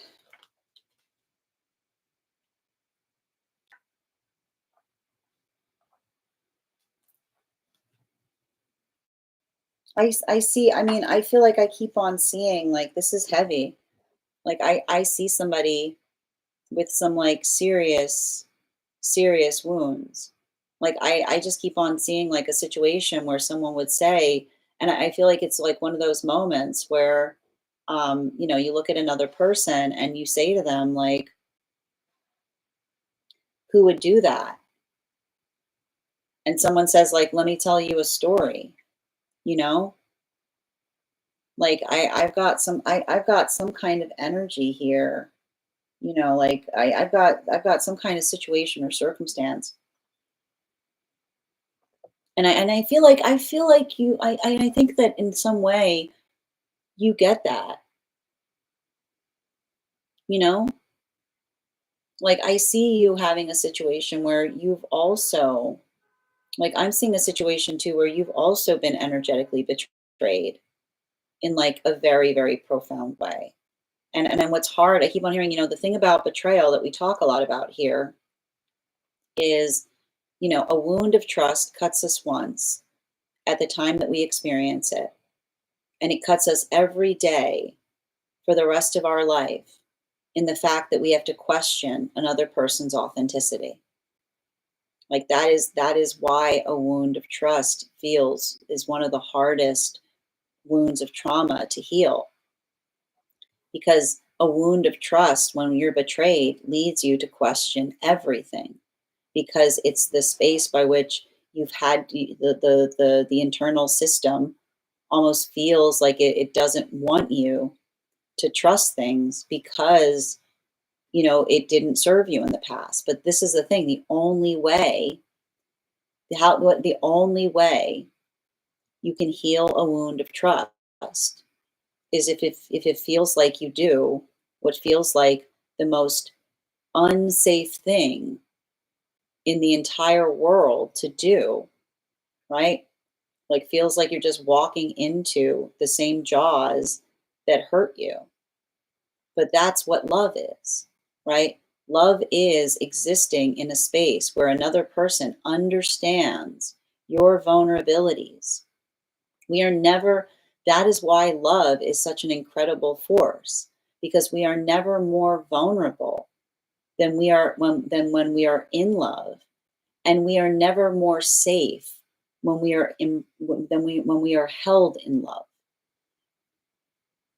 I'm going to say that again. We are never more vulnerable when we are in love, and we are never more safe than when we are held within love. So that ability, I feel like the thing that you have to kind of continue to work through is helping another person understand that you're building trust with one another. And the most important thing when you're building trust, and here's the thing about it, we can be hurt when we're trying to bring trust to another person, but we don't let the past ruin our present. We don't let the experience with someone shape the way we encounter someone new. And I know it's like the hardest thing to do, because everything in us like pushes against it. Everything in us rejects it. Says, like, you're being an idiot. Don't trust them. Don't trust them. They're going to hurt you. It's happening again. It's happening again. Like, that's what the fear says. Here it goes. Here it goes again. You ready for it? Here it comes. Oh, you see this? I knew it. I knew it, right? That's what the fear says. The fear says, I knew it. It's happening again. You idiot. You idiot. Shouldn't have done it. And what does the force of love say? No, it's not. You have no power over me. Absolutely. And the way we articulate that, the way we help when we start to feel that, this is where it's shadow work. That is the nature of shadow work. It's the space by which you recognize the fact that you feel that fear, and then you confront it and say, has this person ever given any evidence of moving in alignment with that fear? Has that person ever given any evidence of moving in alignment with what the fear is dictating? Because the moment you recognize that the fear of the past says it's happening again, run, run, run, do it, right? We find our warrior strength by facing the fear and saying, that's not them. That is a past person. They would never do that to me. They care about me. I love them and they love me. And even in the space of doing so, and this is the full force of love, you know, operating in that space where we can never have full certainty. But this is why we talk about the fact that love is a free fall that continually catches us, because that's what it feels like to fly, right? To fly feels like you're going to fall at every moment, but there's that wind to pick you back up again. So I feel like it's a conversation in terms of both saying to another person, I want you to trust me, but I also want you to believe in the love that we're creating together is going to shock you, because it's going to be like nothing you've ever experienced before. Bottom of the deck, Wheel of Fortune. That's how things change. Every time we bring the construct of the past, we bring the past with us. We damage the relationship with the cynicism that we bring as it relates to the trauma that we've experienced. And listen, it never goes away. There'll never be a moment that fear's not there, but we're fortified in every single day that we show someone that's all it is, a fear and not a reality.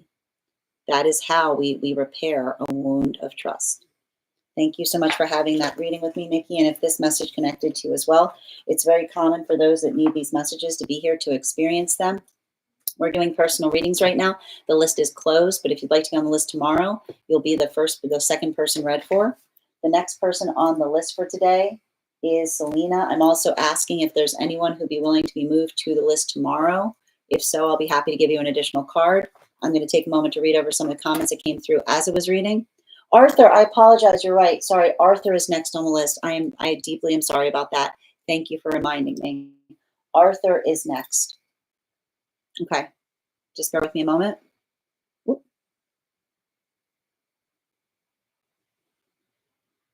Okay.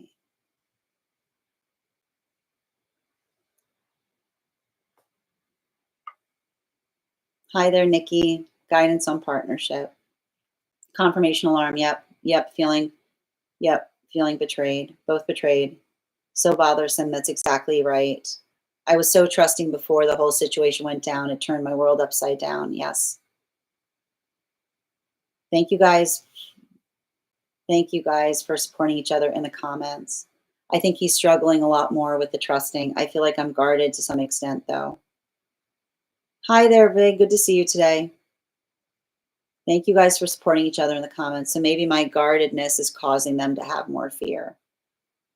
Well, and I think that the important thing about it is talking through the guardedness, right?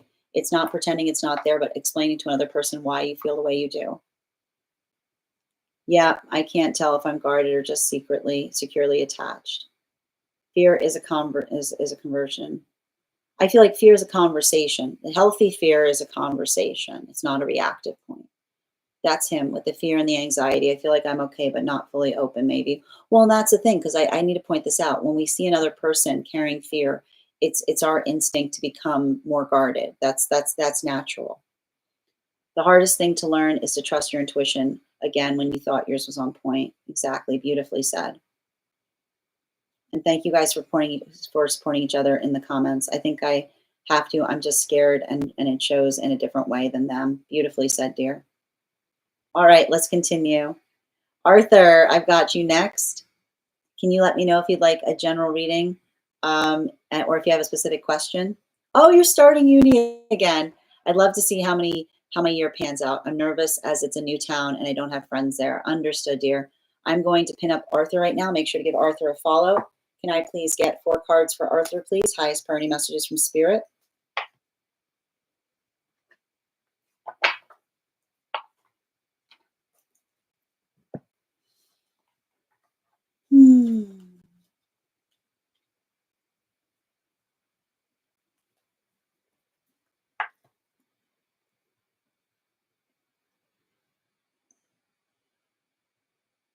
I don't feel like the problem is going to be friends. I feel like the thing you have to be mindful of is too many friends. Is what I keep on seeing.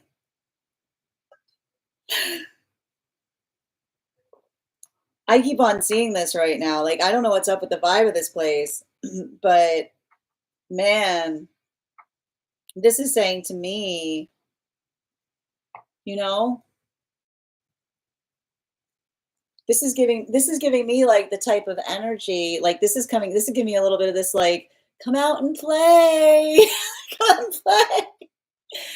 Come out and play. We want to play with, like, it's giving me a lot of that type of energy, man.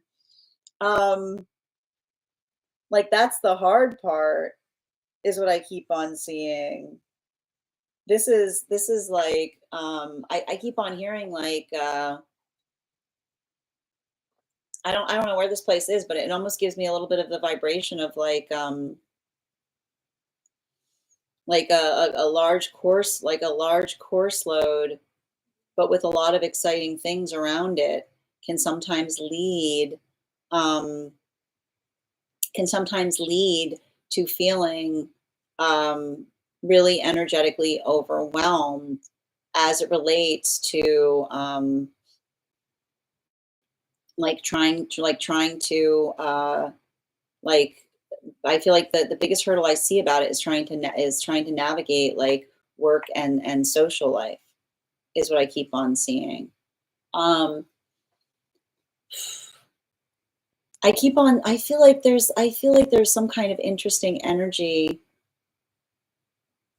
I keep on hearing, like, be conscientious of energy that phones it in, is what I keep on seeing. So energy that's not really taking why they're there seriously, is more just there because of the kind of freedom something brings, is what I keep on seeing. Um, because I feel like the bright side about this is, like, while I do see you having a little bit, while I do see you having like a little bit of that, like, stranger energy around something, like, working through a little, like, and I keep on hearing, like, not fitting in sometimes can be, I keep on hearing, like, like, sometimes not fitting in is not a bad thing. I keep on hearing sometimes it's a good thing, because I just keep on hearing, like, I keep on feeling like there's a lot of energy that is in, like, finds you interesting, is what I keep on seeing. Like, energy that wants to connect with you. And I almost feel like it's having to, I feel like this might be a big year in terms of, like, having to set healthy boundaries in relationality to another person. Like, I feel like that's the issue. I keep on hearing boundary issues, which is potentially having to work through those who have not learned or understood what boundaries mean, or have some kind of expectation where they can just, I keep on hearing, like, come in and out as they feel, is what I keep on seeing, versus you being able to articulate to another person and saying, like, I'm like, I almost see you saying to someone, like, I keep hearing, I appreciate the sentiment, but, um, like that's like, I almost feel like I feel like you're bringing maturity into some place, because you have a better sense of boundaries, and it's helping others who lack them, is going to be the hardest point about that. And I keep on hearing the same message. You don't have to be nice when you're setting a boundary. And often the song you'll hear when you're setting a boundary and you're trying to be polite is, you know, you're being rude. But I keep on hearing you saying, like, if you're asking for something reciprocal, like something you would easily ask from another person, it's not rude. You're just being the energetic mature one. And I feel like I can see a lot of situations that are kind of requiring you to be the mature one, which I feel like is going to feel like frustrating, but also potentially fortifying. Yeah, exactly. Like I said, like as soon as I said boundary issue, there's that Four of Wands showing up. And that's what I meant. Like all the cards I'm seeing are related to boundary issues, and setting healthy boundaries. And I keep on feeling like there's some, I keep on hearing like, that's what I mean. Like sometimes I keep on hearing like energy that goes place for more of the drama. Drama has no boundaries, is what I keep on hearing. I feel like you got to write that down somewhere. You got to write that down somewhere. Drama has no boundaries, which is the space by which another person feels like they can violate a boundary for the drama of it, is what I keep on seeing. So I feel like make sure that you're articulating upon that. Thank you so much for having that reading with me. And if this message connected to you as well, it's very common for those that need these messages to be here to experience them. Just going to take a moment to read over the comments that came through as I was reading. It's in Switzerland, the Italian part. Yeah, I see. It's like, it seems great. Like that's the biggest issue I see around something. Don't get too invested in the drama of something. You got this. Yeah, utilize that throat chakra. I like that. Okay, the next person on the list right now is Selena. Selena, if you're here, can you respond in all caps? Let me know if you'd like a general reading or if you have a specific question you'd like me to answer. And the list is closed today, but if you would like to get on the list for tomorrow, you will be the second person read for. Hi there, dear. How are you doing today? I believe you said that we were doing an energy read. Can you just re-clarify what we're reading on? Thank you. I will. I've had problems with boundaries, so it's a new thing for me. But I feel like the interesting thing about this is I see you doing a lot more work in setting them, like sooner rather than later, is what I keep on seeing. All right, I'm going to pin up Selena here. Make sure to give them some love. Will Nick return with stability and do the healing from being avoidant? Also, ears are ringing. Can I get 4 cards, please? I mean, 3 cards, sorry. One more, please.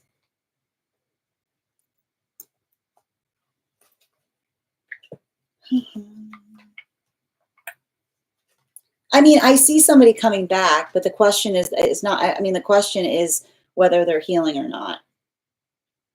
I would be very conscientious in making sure. I keep on hearing time is not a chalkboard erase moment, it's a bookmark. You know? Like I feel like there was some kind of argumentation you had as it relates to the direction of relationship. And I keep on saying, if someone walked away because they felt like you were becoming too needy in asking the direction of something, like I just keep on hearing the same thing. Time does not, like I see somebody coming back and like trying to come towards you and being like, are you still going on about that? You know, and I can see you almost saying to someone like, I'll go on about that till the cows come home because it's a standard, you know? I keep on hearing someone say like offers on the table, you know, like I see somebody that like, I feel like, I don't know why I see somebody that's like they've got to get over some kind of like wound as it relates to a fear of missing out, is what I keep on seeing. I keep on hearing like a relationship is not the end of something, it's where everything begins. But until they heal their fear of missing out, you know, they're gonna like I almost see this. Like I keep on hearing a relationship is not a sentence. It's a miracle, is what I keep on hearing. It's a transformation point. And I feel like there's something about that they need to resolve. So I keep on seeing, make sure, like I keep on hearing, make sure when they come back, whatever it was that you were talking about with them at the space by which they moved away from you, or said that something was getting too intense. I feel like this is you kind of having to say to them, like, we don't get no, like no restart. Like we're not going, like We're not going back to the beginning of something. We're picking back up exactly where we left off, or not at all. Because I almost keep on hearing somebody being like, you know, like I keep on hearing somebody being like, oh, it's so good. Like often, and this is what's wild, like energy that you'll notice somebody who's like afraid of commitment will be like, everything was so good in the beginning. What happened? Failing to recognize that like the other person did not feel that way, you know? Like I keep on hearing like the desire to, like I keep on hearing like the desire to keep something energetically casual is usually the song of someone that's afraid of commitment. And they'll often try to say, you know, can't we just go back to the way it was? And be like, no, you can't go back to the way it was. Because when you go, I keep on hearing that is like that is the energy like that is the energy of having your cake and eating your too, like wanting all the delights of a relationship without any of the pesky commitment. So I said, like, I guarantee you, like this is saying to me, I see this energy coming back potentially sooner rather than later. But make sure, like I keep on hearing, make sure that you finish the conversation you were having. And if this person goes on and says, like, oh, we're back on that again, be like, yeah, we're back on that again, because that's what you want. I keep reminding you, your manifestation goals aren't frivolities to be worn away with time. I keep on seeing, make sure they want the same relationship as you. Bottom of the deck on this reading, yeah, commitment, commitment, commitment. Like bottom of the deck, it's not needy to ask about the direction of a relationship. It's not too fast to ask the direction of a relationship. And often when someone says you're asking for something too quickly, what they're really saying is, I don't want that. Healthy energy that wants the same manifestation goals as you will not want to waste your time. They will be eager to talk about the direction that you're going in.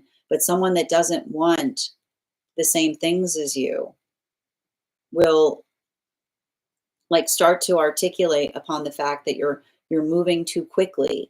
Because I keep on hearing, we can talk about things without promising things.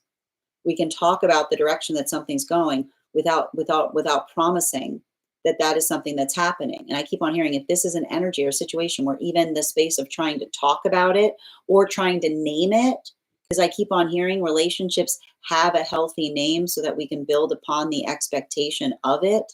If this was a space where they wouldn't even claim that they wouldn't even name the relationship, like don't let them come back in that space of, I keep on hearing, we don't ruin a relationship, a healthy relationship, with a name. We ruin an unhealthy relationship when we ask what something is. Healthy things can always be named, is what I keep on hearing. Thank you so much for having that reading with me. And if this message connected to you as well, it's very common for those who need these messages to be here to experience them. We are doing personal readings right now. The list is closed, but if you'd like to get on the list for tomorrow, you'll be the first person read for. Did you say they're hot? Yeah, typically energy like that will often be very. Is that what you wrote? Hold on a minute. I got to read back on the comments. Yep. Yep. Thank you so much. Absolutely. Sending you so much support on that journey, Arthur. I don't think he was feeling that I'm needy, but he has a lot of fear. Yep. Grand Rising, Estevan. Yes. An offer needs to have substance. Exactly. Couples counseling. Yes, always. That's very helpful. I understand. Maybe framing it in a way to help you both. Beautifully said. Avoidance. No rug sweeping either. Also, so you know, in your anxious attach, it makes the dynamic harder. Absolutely.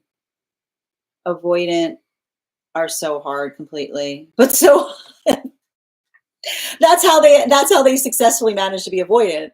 They're you know, like avoidance. Like, what is the song that often avoidance will say? Say goodbye to this. like, yeah, like yeah, many avoidants are very hot for that reason, because they recognize that their hotness will trump their inability to build into commitment. Yeah, I'm working through that too. Sending you support, dear. We are on the list, dear. We've got you another, and then you're right after Ruby. You're not gonna miss it, dear. Retired frat man. It's a yeah, that feels right. Yeah, that's what I was seeing. Yeah, it's a lot of that type. It's giving me it is. It's giving me a lot of this like somebody being like, but I can see somebody being like, but counterpoint. You know what I mean? Like those are very interesting points. You know what I mean? Like it's like that's not a conversation. You know? Exactly. I'm screaming. Thank you, Selena. All right, the next person on the list right now is Ruby. Ruby, if you're here, can you respond in all caps? Let me know if you'd like a general reading or if you have a specific question you'd like me to answer. Oh, I've already got your cards popping out, so please let me know if you're here. Hi there, Evox. Can you, good to see you. All right, can you let me know if we're doing a general or have a specific question, dear? Glad we can make a light. I mean, but here's and here's the thing about it. Like I am like and the thing I keep on seeing about it is it does feel like it feels to me like it's giving me a little bit of energy. Like I keep on hearing like I would especially if there was a space by which you were trying to articulate to another person and they were saying you're not making any sense. Like, especially if there was something there where you were and I gotta tell you right now, if this is a situation where you were trying to articulate something logical and they kept responding with confusion, I want you moving away from it as much as you can. Because I keep on hearing you could not have been clearer. Don't let somebody like try to articulate that they don't understand when like you could not have been clearer. Hi there, Evox. All right. I still haven't seen your question come through, Ruby. Oh, live, please, as usual.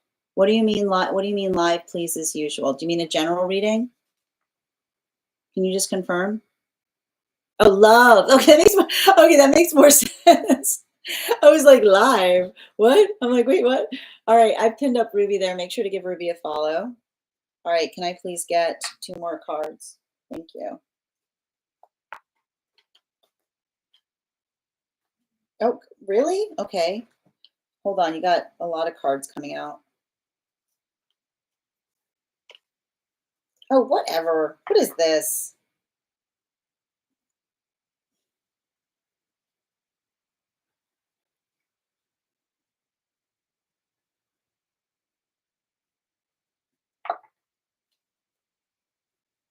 Yeah, and Selena, it's interesting too. Your ears are ringing because they're talking about you. And that actually like that's also falling into and that's what I and like that's interesting too, especially when you said your ears are ringing. I feel like it's because you recognize that something that they're saying to you isn't what they're saying to another person. And sorry, I just need to give Selena that last message, but it also bleeds into this one because I'm basically I'm seeing this too. I keep on hearing like something about what I'm reading for here, Ruby. You know, never are we more foolish than when we make choices on rumors. Never are we more foolish than when we make choices on rumors because rumors are often baseless. And often those who like listen to rumors need to ask themselves not why somebody like it's like the space of someone saying like why would they do that? And I never understand this. Why would they do that? Should be counteracted with why would you say that? You know what I mean? Why would they do that? Can immediately be clarified with why would they say that? Is what I keep on seeing. And boy, oh boy, oh boy, do I feel like there's some energy around you that wants to get back into your good graces because they realize they made an energetic mistake. Whew, good Lord. You know what I mean? This is why we like I need to point this out. You know, there's never anything it's giving me a lot of if I'm minding my business and you're minding my business, who's minding your business? Which is like I keep on seeing this. Like I keep on hearing like pot stirrers like to find things to talk about. And I keep on hearing that this is like, and I keep on hearing like, also, you know what? And again, and this is why when someone's in that space, like don't bother arguing with them. You know what I mean? Make sure that you're not getting yourself into a situation or circumstance where you're feeling like you have to defend yourself against another person's nonsense, is what I keep on seeing. Like that's what I'm seeing about this, because I keep on hearing like the space by which another person can have an honest conversation about something. Like that's all I keep on seeing. It's the context by which we are able to articulate upon um like what's been going on. And I'm just telling you right now, like, and it's giving me, and here's the thing about it too. And again, and if this is happening, like when and I feel like I keep on getting this, like this is coming through too. If this is some kind of situation where um like you're noticing some kind of like space or place where like energy is like like rushing into the context of approval instead of logical answers, there I keep on hearing someone's already like like that is all that, like you don't have to, don't like don't worry about it. Like the guides are saying that whatever they like, I keep on hearing whatever they put you through, they're going to put them through too. Like that's why, again, like that's why sometimes when something like that happens, like rejection is an energetic blessing, is what I keep on seeing, you know? I keep on hearing that coming through in a big way. Rejection is a blessing, because I keep on hearing rejection is a blessing, particularly and especially if there's energy that would rather believe a rumor about you than coming directly before you to ask about something, is what I keep on seeing. In that context, there is never greater a rejection than a blessing, because I keep on hearing like that is the energy that I can keep on hearing. You could set a clock to it. They'll come back to you when that person has done that to them. You know, like like it's giving me a lot of this like apples and tree kind of energy. You know, and that's why I keep on hearing like just, I keep on seeing like work in the context. Like I mean, I keep on hearing your guides got your back. I keep on hearing you don't need to defend yourself to anybody but you and your guides, is what I keep on hearing. Um, because like I just see some energy, I just see some energetic nonsense around you. And that's what I meant when someone like when I keep on when someone show I keep on hearing when someone shows themselves in that way, it can break our heart, but it's also a blessing, is what I keep on seeing. Like it can break our heart, but it's also a blessing, because I do feel like I feel like I see, and I feel like there is something about this. Like, and again, these retrograde periods have a tendency of something from the past returning back to us.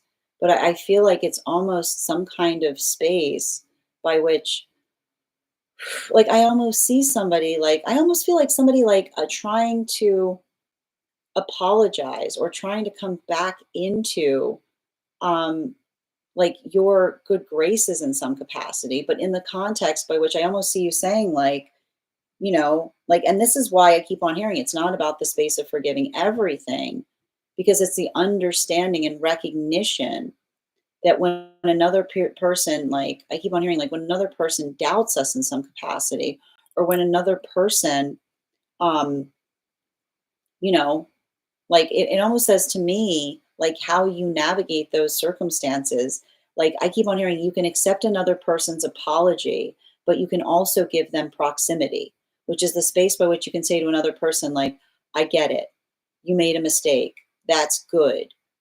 But I don't need to let you back towards me. I don't, the apology does not require that we are suddenly buddy-buddy again. The apology does not require that suddenly everything goes back to the way it was. And this is why I keep on seeing like you having to have a conversation with someone in that way. Because I keep on seeing somebody like, and I keep on hearing it, that's not you being energetically rude. That's you having had a moment where another person like I keep on hearing, did not honor your energetic vulnerability. And that's why you can say like, look, I understand you made a mistake, but no, you don't get to be positioned so closely to me after doing so, is what I keep on hearing, because that is you. I keep on hearing that is you protecting your energy. Bottom of the deck on this reading, yeah, especially with the Two of Swords in its reversal. I feel like there's a lot of healing that I see you doing right now, but I keep on seeing it's like it's painful healing is what I keep on seeing. It's like I keep on hearing like painful healing is often those moments that we're working through. Like I keep on hearing I keep on hearing when someone owes us an apology, it's never a victory, is what I keep on hearing. You know, it's never that moment that you throw confetti and say yay. It's the energy that says, I feel like I almost see you saying something like it doesn't, I keep wondering, the apology doesn't make everything, doesn't feel like vindicating. It almost like I almost see you seeing someone and being like, thank you for that. It makes it more energetically tragic, right? Because I almost see somebody like I almost feel like you tried to articulate to another person like what was happening to you in a situation, and they just like they didn't listen to you, and now they themselves are experiencing it. And that's why I keep on seeing, like I keep on hearing the space of understanding in context like that. You don't I keep on hearing you don't energetically, like you don't get to become energetically buddy buddy with someone if they weren't in the space by which they took your authenticity, is what I keep on hearing. Like you, that is the kind of energy I'm seeing here, which is another person that's like, it shouldn't have taken that, is what I keep on hearing. Like it's like I keep on hearing it shouldn't have taken that for them to be in the space of recognizing that, is what I keep on seeing, because I keep on hearing it's working through the context of identifying and recognizing. And I keep on hearing ultimately the space we appreciate one another is the space by which we espouse solid judgment, right? And that would, I keep on hearing like that would articulate someone that feels like they're like, I feel like that's once you see that, I keep on hearing it's like you can't unsee it. Thank you so much for having that reading with me. And if this message connected to you as well, it's very common for those who need these messages to be here to experience them. We are doing personal readings right now. The list is closed, but if you'd like to get on tomorrow, you'll be the second person read for. I'm going to take a moment to read over the comments that came through as it was reading.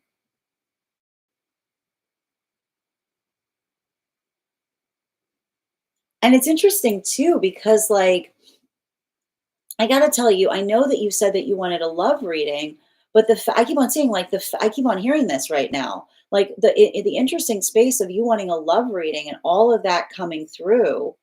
I keep on hearing like it's also giving me a little bit of energy of understanding. I keep on hearing this too.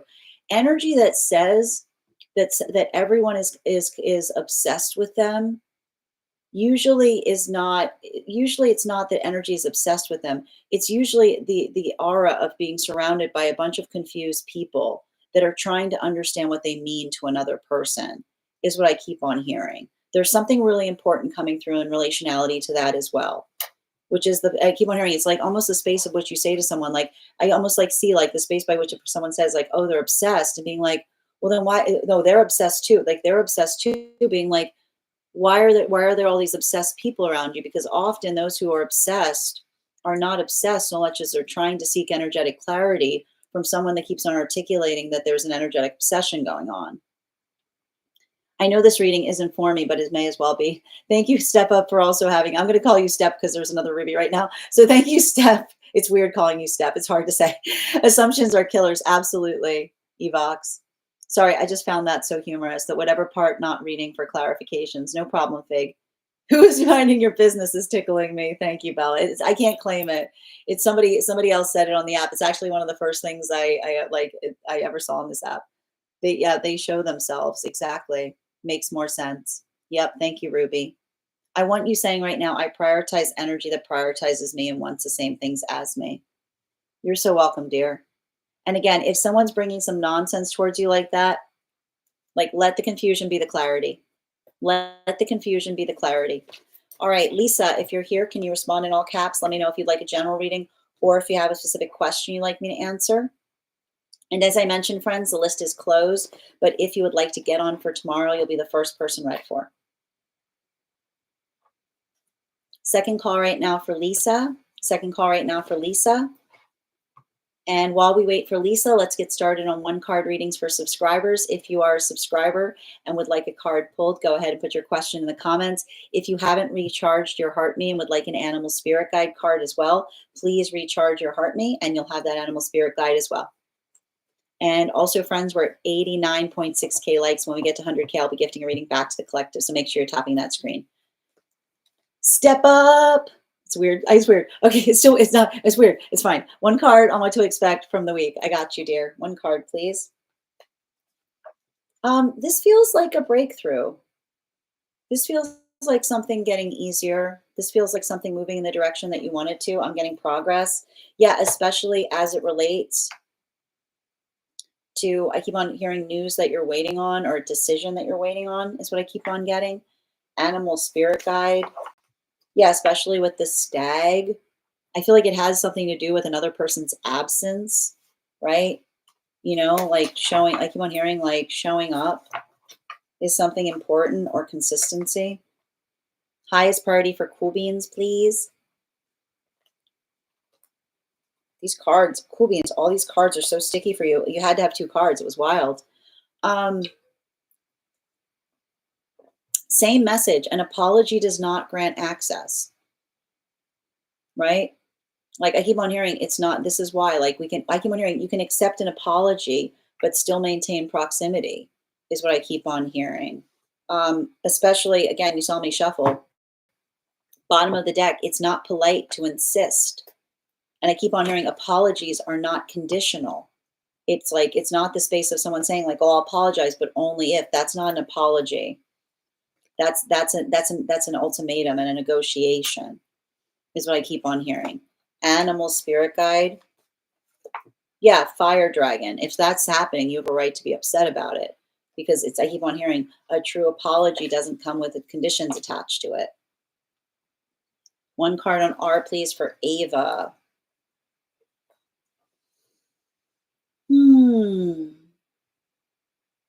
I feel like I see somebody that's like now in some kind of deep regret. Remember I said somebody who like really thought like never will we recognize someone taking us for granted than when another person regrets like talks about what they were hoping or planning, right? I keep on hearing like make sure someone is not like who someone wasn't taking you for granted is now trying to tell you all the things that they had like thought about or hoped as it relates to the future is what I keep on hearing. Yeah, because like often I keep on hearing like often the thing like often energy that takes us for granted. This is why we call it wishy-washy because it's a lot of woulda, coulda, shoulda. Like, oh, I should have done this, I could have done that. It's like stop filling someone's heads with the illusions of things you would do. You were never going to do them because you had the opportunity to and you didn't, is what I keep on seeing. Animal spirit guide card. Yeah, the Ren energy, right? Like it's giving me somebody like working through a lot of emotions or processing feelings upon something because I keep on hearing it's like they just expected, like they expect, I keep on hearing, I feel like I see almost maybe like, I just thought we would do this forever, you know? Highest priority for Fig, please. I feel like I keep on seeing you're covering your bases in the best way possible, right? Like, yeah, it's giving me a lot of this like better safe than sorry is what keeps someone energetically safe, right? Like it's giving me a lot of the vibration of articulating upon something, which is I keep on seeing like you navigating a situation and like having an overabundance of caution is usually the articulation point of being safe, because I see you like I feel like that's the space by which you identify and recognize like you're giving someone the what they need to feel energetically supported. I keep on hearing to stand on their own 2 feet. Animal spirit guide, please, for Fig. Yeah, especially with the salmon energy, right? I keep on hearing going through hard things does not create trauma. Going through hard things that we cannot explain creates trauma. I keep on hearing that strongly from one of your guides. Going through hard things does not create trauma. Going through hard things that lack explanation does. Alexandra, 1 card, please, on starting my practice. Woo, exciting. This is good.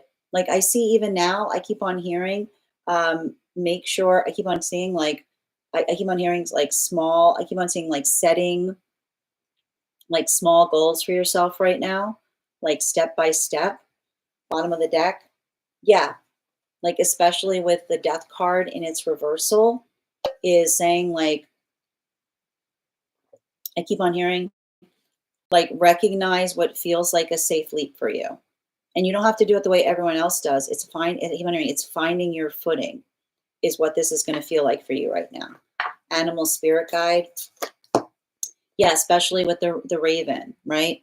I keep on saying it's potentially working through the context of others' advice and almost like I keep on saying like mitigating that with what feels right for you, particularly. Haley, 1 card, highest priority, please. Let the confusion be the closure. If you're asking someone reasonable questions and they're just coming back to you with like things that don't make sense, like let that be your closure. Yeah. Especially as it relates to something from the past. If someone from the past is coming back, make sure that they're not like I keep on hearing again, it's not a chalkboard erase moment. You pick back up where you left off, or you don't pick back up at all. Animal spirit guide. Yeah, especially with this stag energy, it's giving me some kind of vibration of someone who's like thinking about you fondly, being like, I didn't realize that was the last time I was going to see you. But often, again, when someone is not appreciative of us, the space by which they say, I didn't realize that was the last time, often is indicative of how they weren't holding our feelings sacredly, is what I keep on hearing.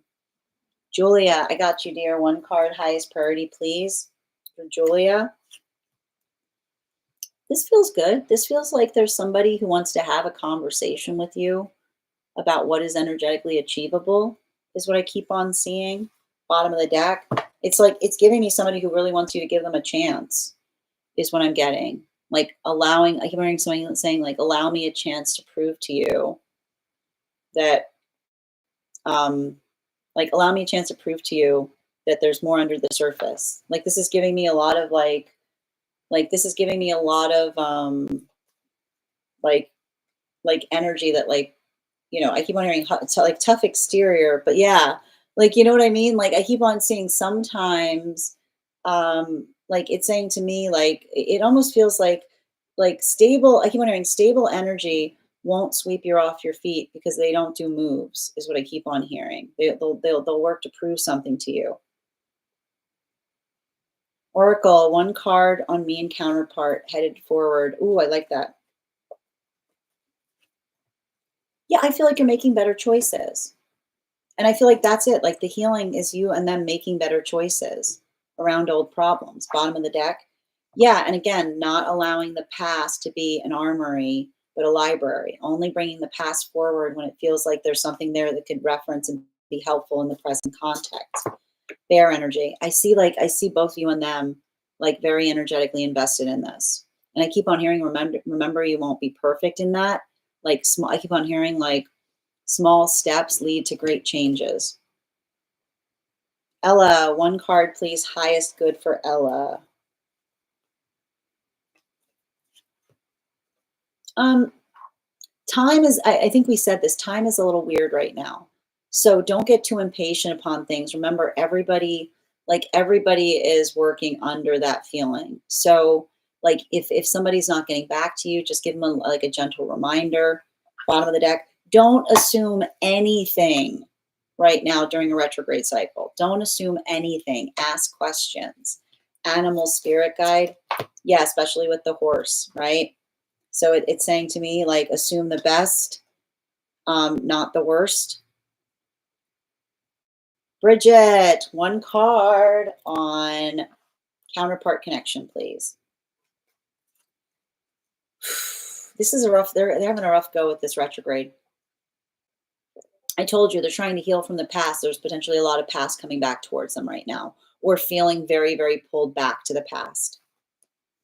Animal spirit guide. I see someone like, I need to get out of here. Like I literally see someone that's like taking on new hobbies and things to try to avoid their own energetic past patterns, or past like working through things that they're trying to heal from. Yeah, this horse card does not want to stay in the deck. It's the energy right now. I just keep on seeing that there's a lot of the work of someone doing, like I keep on hearing they've seen, they're trying to make more stable choices. They recognize their habits. They're trying to make more stable choices. Oh, I don't have to see them this week. They canceled. Interesting. Yes, one card and why I keep thinking about Jay. Hmm.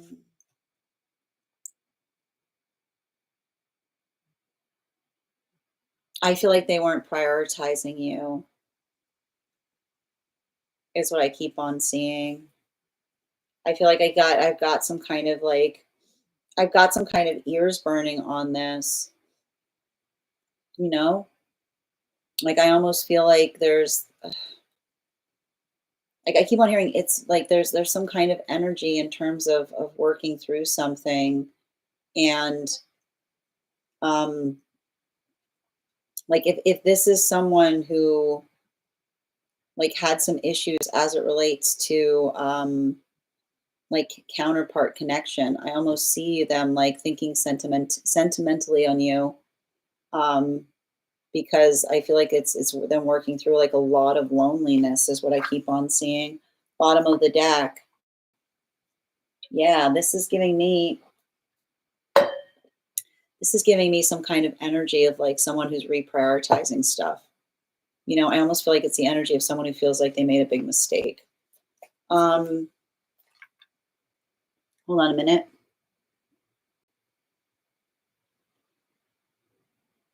Animal spirit. Oh, I just lost my spot. I'm just trying to find it. Yep. I'm stoked for the space and the safety. I'm so glad to hear that. Sending you support on that step. Hi, here, Elisa. I see you, dear. I'm very happy to hear that too. Okay. I got you, Kay. One card. How did they feel about our conversation today?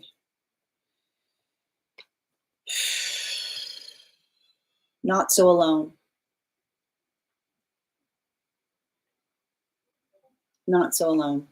But also, like, I see someone biting their tongue. You know? I just keep on seeing someone being like, I wish I could talk to you right now. There's like, I see someone being like, there's so much more I wish I could say. Um, yeah, animal spirit guide. I just see somebody like biting their tongue, biting their fist, being like, you know, like they wish they could talk to you about something more. Cool beans. Definitely have no contact family trying to do that. Thank you. Sending you support, dear. One card, highest priority for Nikki. You got two cards coming in, Nikki, because you were the second highest today. Ended up with three. Like I said, you know, I keep on hearing like you have to have a conversation with someone. Where I keep on hearing you can occupy both modalities, which is to say, you know, I understand why you reacted to that way, but I want you to understand why it hurt me, right? The space by which you can articulate and say to another, like, I'm not discounting the past you experienced, but I can be in the space of honoring the past that you experienced, but also holding the self sacredly is the ability of articulating upon the standards that we appreciate that we bring to situations, is what I keep on seeing. Yeah. Like, Don't, you might, instead of being guarded, reaffirm the energetic standards, right? Like that is what we effectively identify. Because I feel like I almost see you in like again, the retrograde cycle. I already know what the animal spirit guide is going to be. It can open up old wounds. It can create a lot of that. I told you, the past coming back spiritually, emotionally, or tangibly, right? Like that's where that's the shadow work, right? Like no, that's not happening again. This is the reality, not that. I feel like, hold on a minute,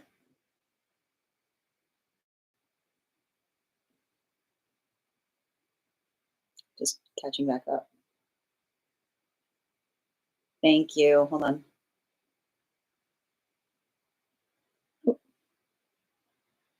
Thank you. It's hard for me to put myself out there. I feel like I have to be perfect.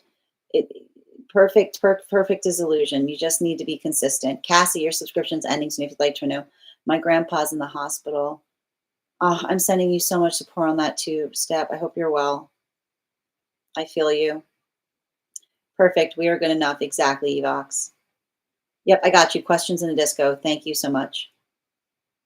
Thank you. I have to send information email. Glad to hear that. I hope things go well. Yep, 2 cards. No, don't go back. You're welcome, Bridget. You're welcome, Yaz. You're so welcome, Kay. Erica, 1 card, highest priority, and a spirit card, please. Highest card for Erica, please. Everything will be well because you're there, right? Don't arrive. Don't match energy. Work towards making something energetically better. Yeah, that doesn't mean. Listen, that doesn't mean you have to navigate another person acting inappropriately. I keep on hearing you can like I keep on hearing you can be consistent in what you're trying to offer another, but not remain if they're not being appreciative of it, is what I keep on hearing. Animal spirit guide card, yeah, owl, right? We observe, don't absorb. Observe, don't absorb. As it relates to another person, I keep on hearing if someone's trying to be provocative to you, like don't react, ask the important question. All right, just bear with me a moment. I'm just pulling up Lisa's question. Outside tea. Yay, our favorite type of tea. I woke up with anxiety about my partner going to a social group involving someone who he has lied about their history with. I found out about a month ago he lied multiple times about it. So once I found out, we talked and moved forward. But I told him the trust was broken and I need time to get back to the trust I had before. My past wounds surround liars and cheaters, so that situation was very triggering for me. I am doing the inner work and only communicating my feelings and what I need from him. So I told him I am having anxiety and that I am in need of reassurance, and he took it as an attack. I need help from my guides about navigating myself and the situation. I did not intend for it to be a big deal today, but somehow it has turned into that because of him reading between the lines, but there were no lines to be read between. I told him what I was feeling and what he could do to help me with reassurance, and he gave it to me in a backhanded way. I have gone on a long walk, did breath work, and talked about my feelings and the inner work. I don't really know what to do but beyond that. How can I help myself heal from these wounds and not contribute to the energy I did not want between me and them? Okay. Can I please get 4 cards for Lisa?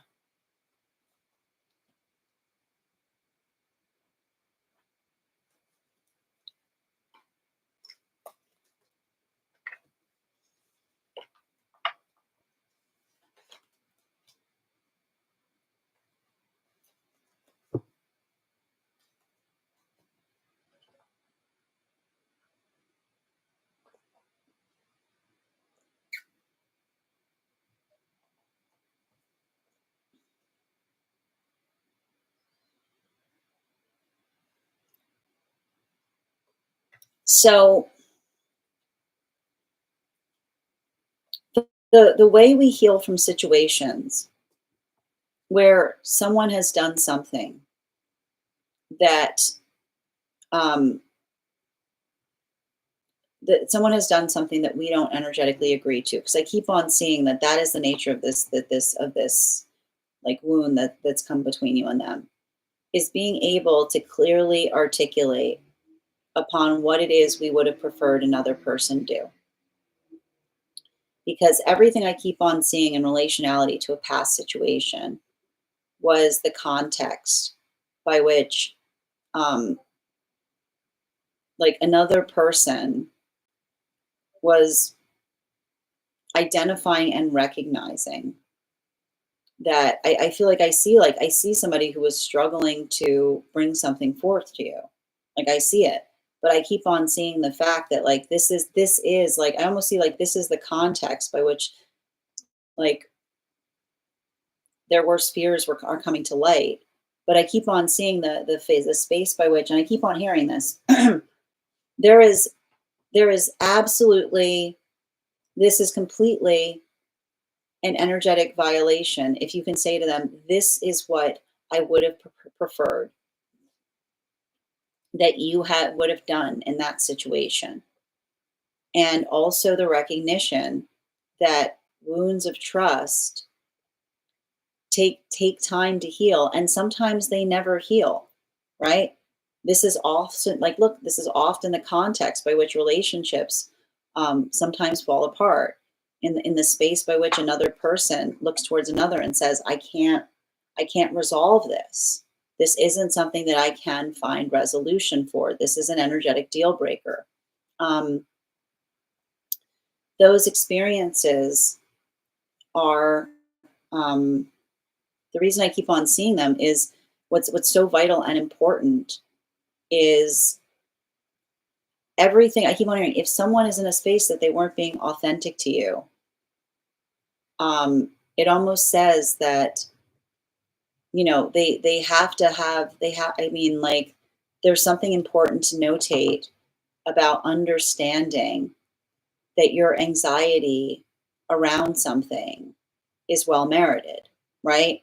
Like, I keep on hearing, you're not you're not making a big deal out of the situation. You're making a big deal out of the context by which you recognize that another person has like, easily move through the capacity of not being completely forthright to you.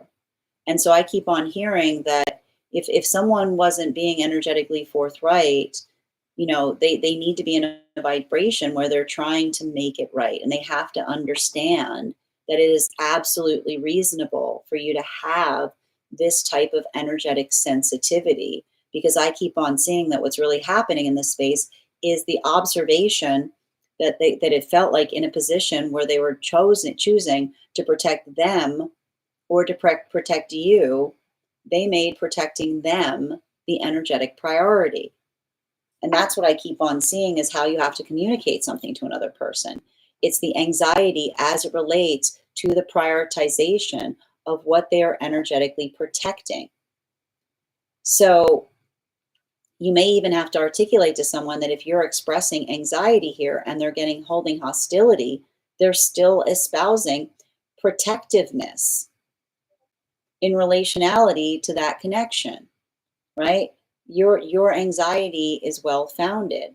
And so, yeah, it would make perfect sense for you to feel doubly anxious, that in the space by which you bring up the concerns that you have and they get upset about it, that you're seeing even more of that protectiveness rising up. So I feel like that is what you need to have a conversation with someone about.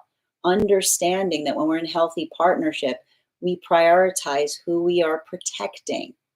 And that even in the space that you're expressing anxiety about something, and they're giving you backhanded, like, they're holding backhanded responses to it, they're giving more examples of them making the choice to protect them and their care, as opposed to your energetic feelings. So in a way, it feels like it's validating your own energetic concerns, because the guides say, like, yeah, that feels warranted, that feels energetically valid. Bottom of the deck, yeah, like a Knight of Cups in its reversal.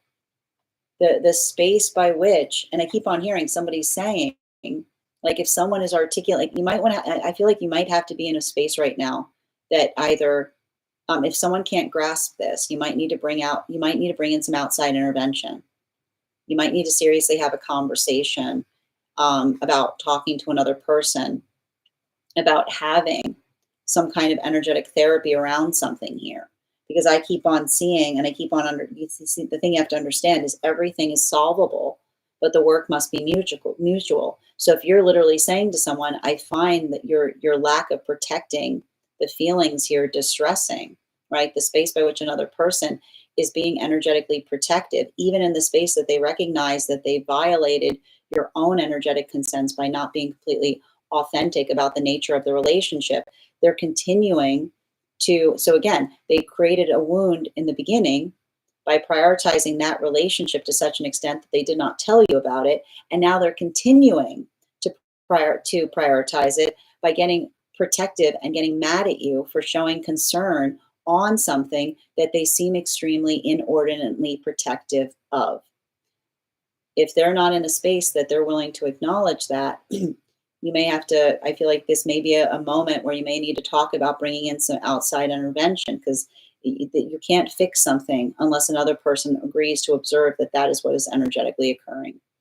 Thank you so much, Lisa, for having that reading with me. And if this message connected to you as well, it's very common for those that need these messages to be here to experience them. We are doing personal readings right now. The list is closed. But if you get on the list for today, you'll be able to be read for tomorrow, and you'll be the second person read for. Final call for any, I'm just going to take a moment to read over. Yeah, you've got a lot of cards still popping out on this, Lisa. But again, I keep on seeing like this. I keep on hearing, I prioritize energy that prioritizes me and wants the same things as me.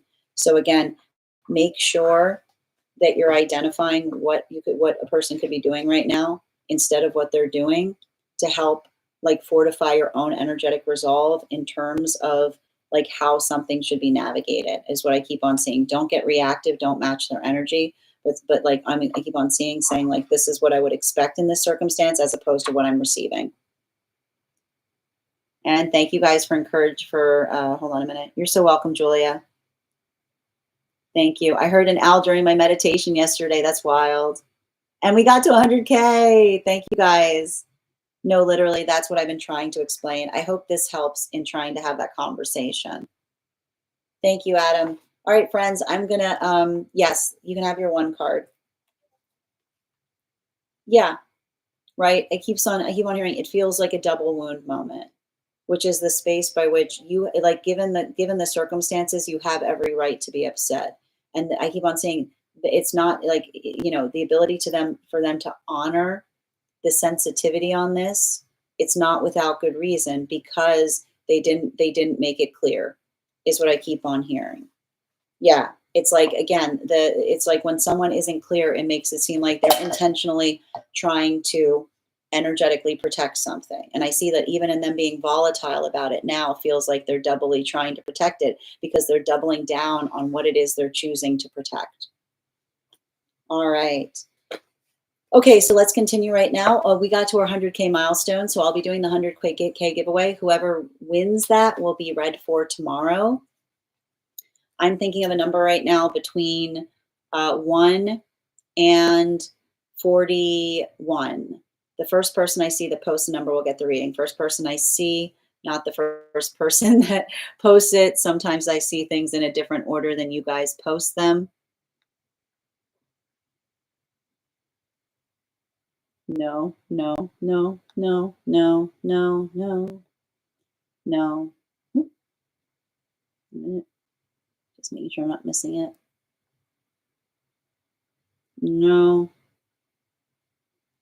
not yet.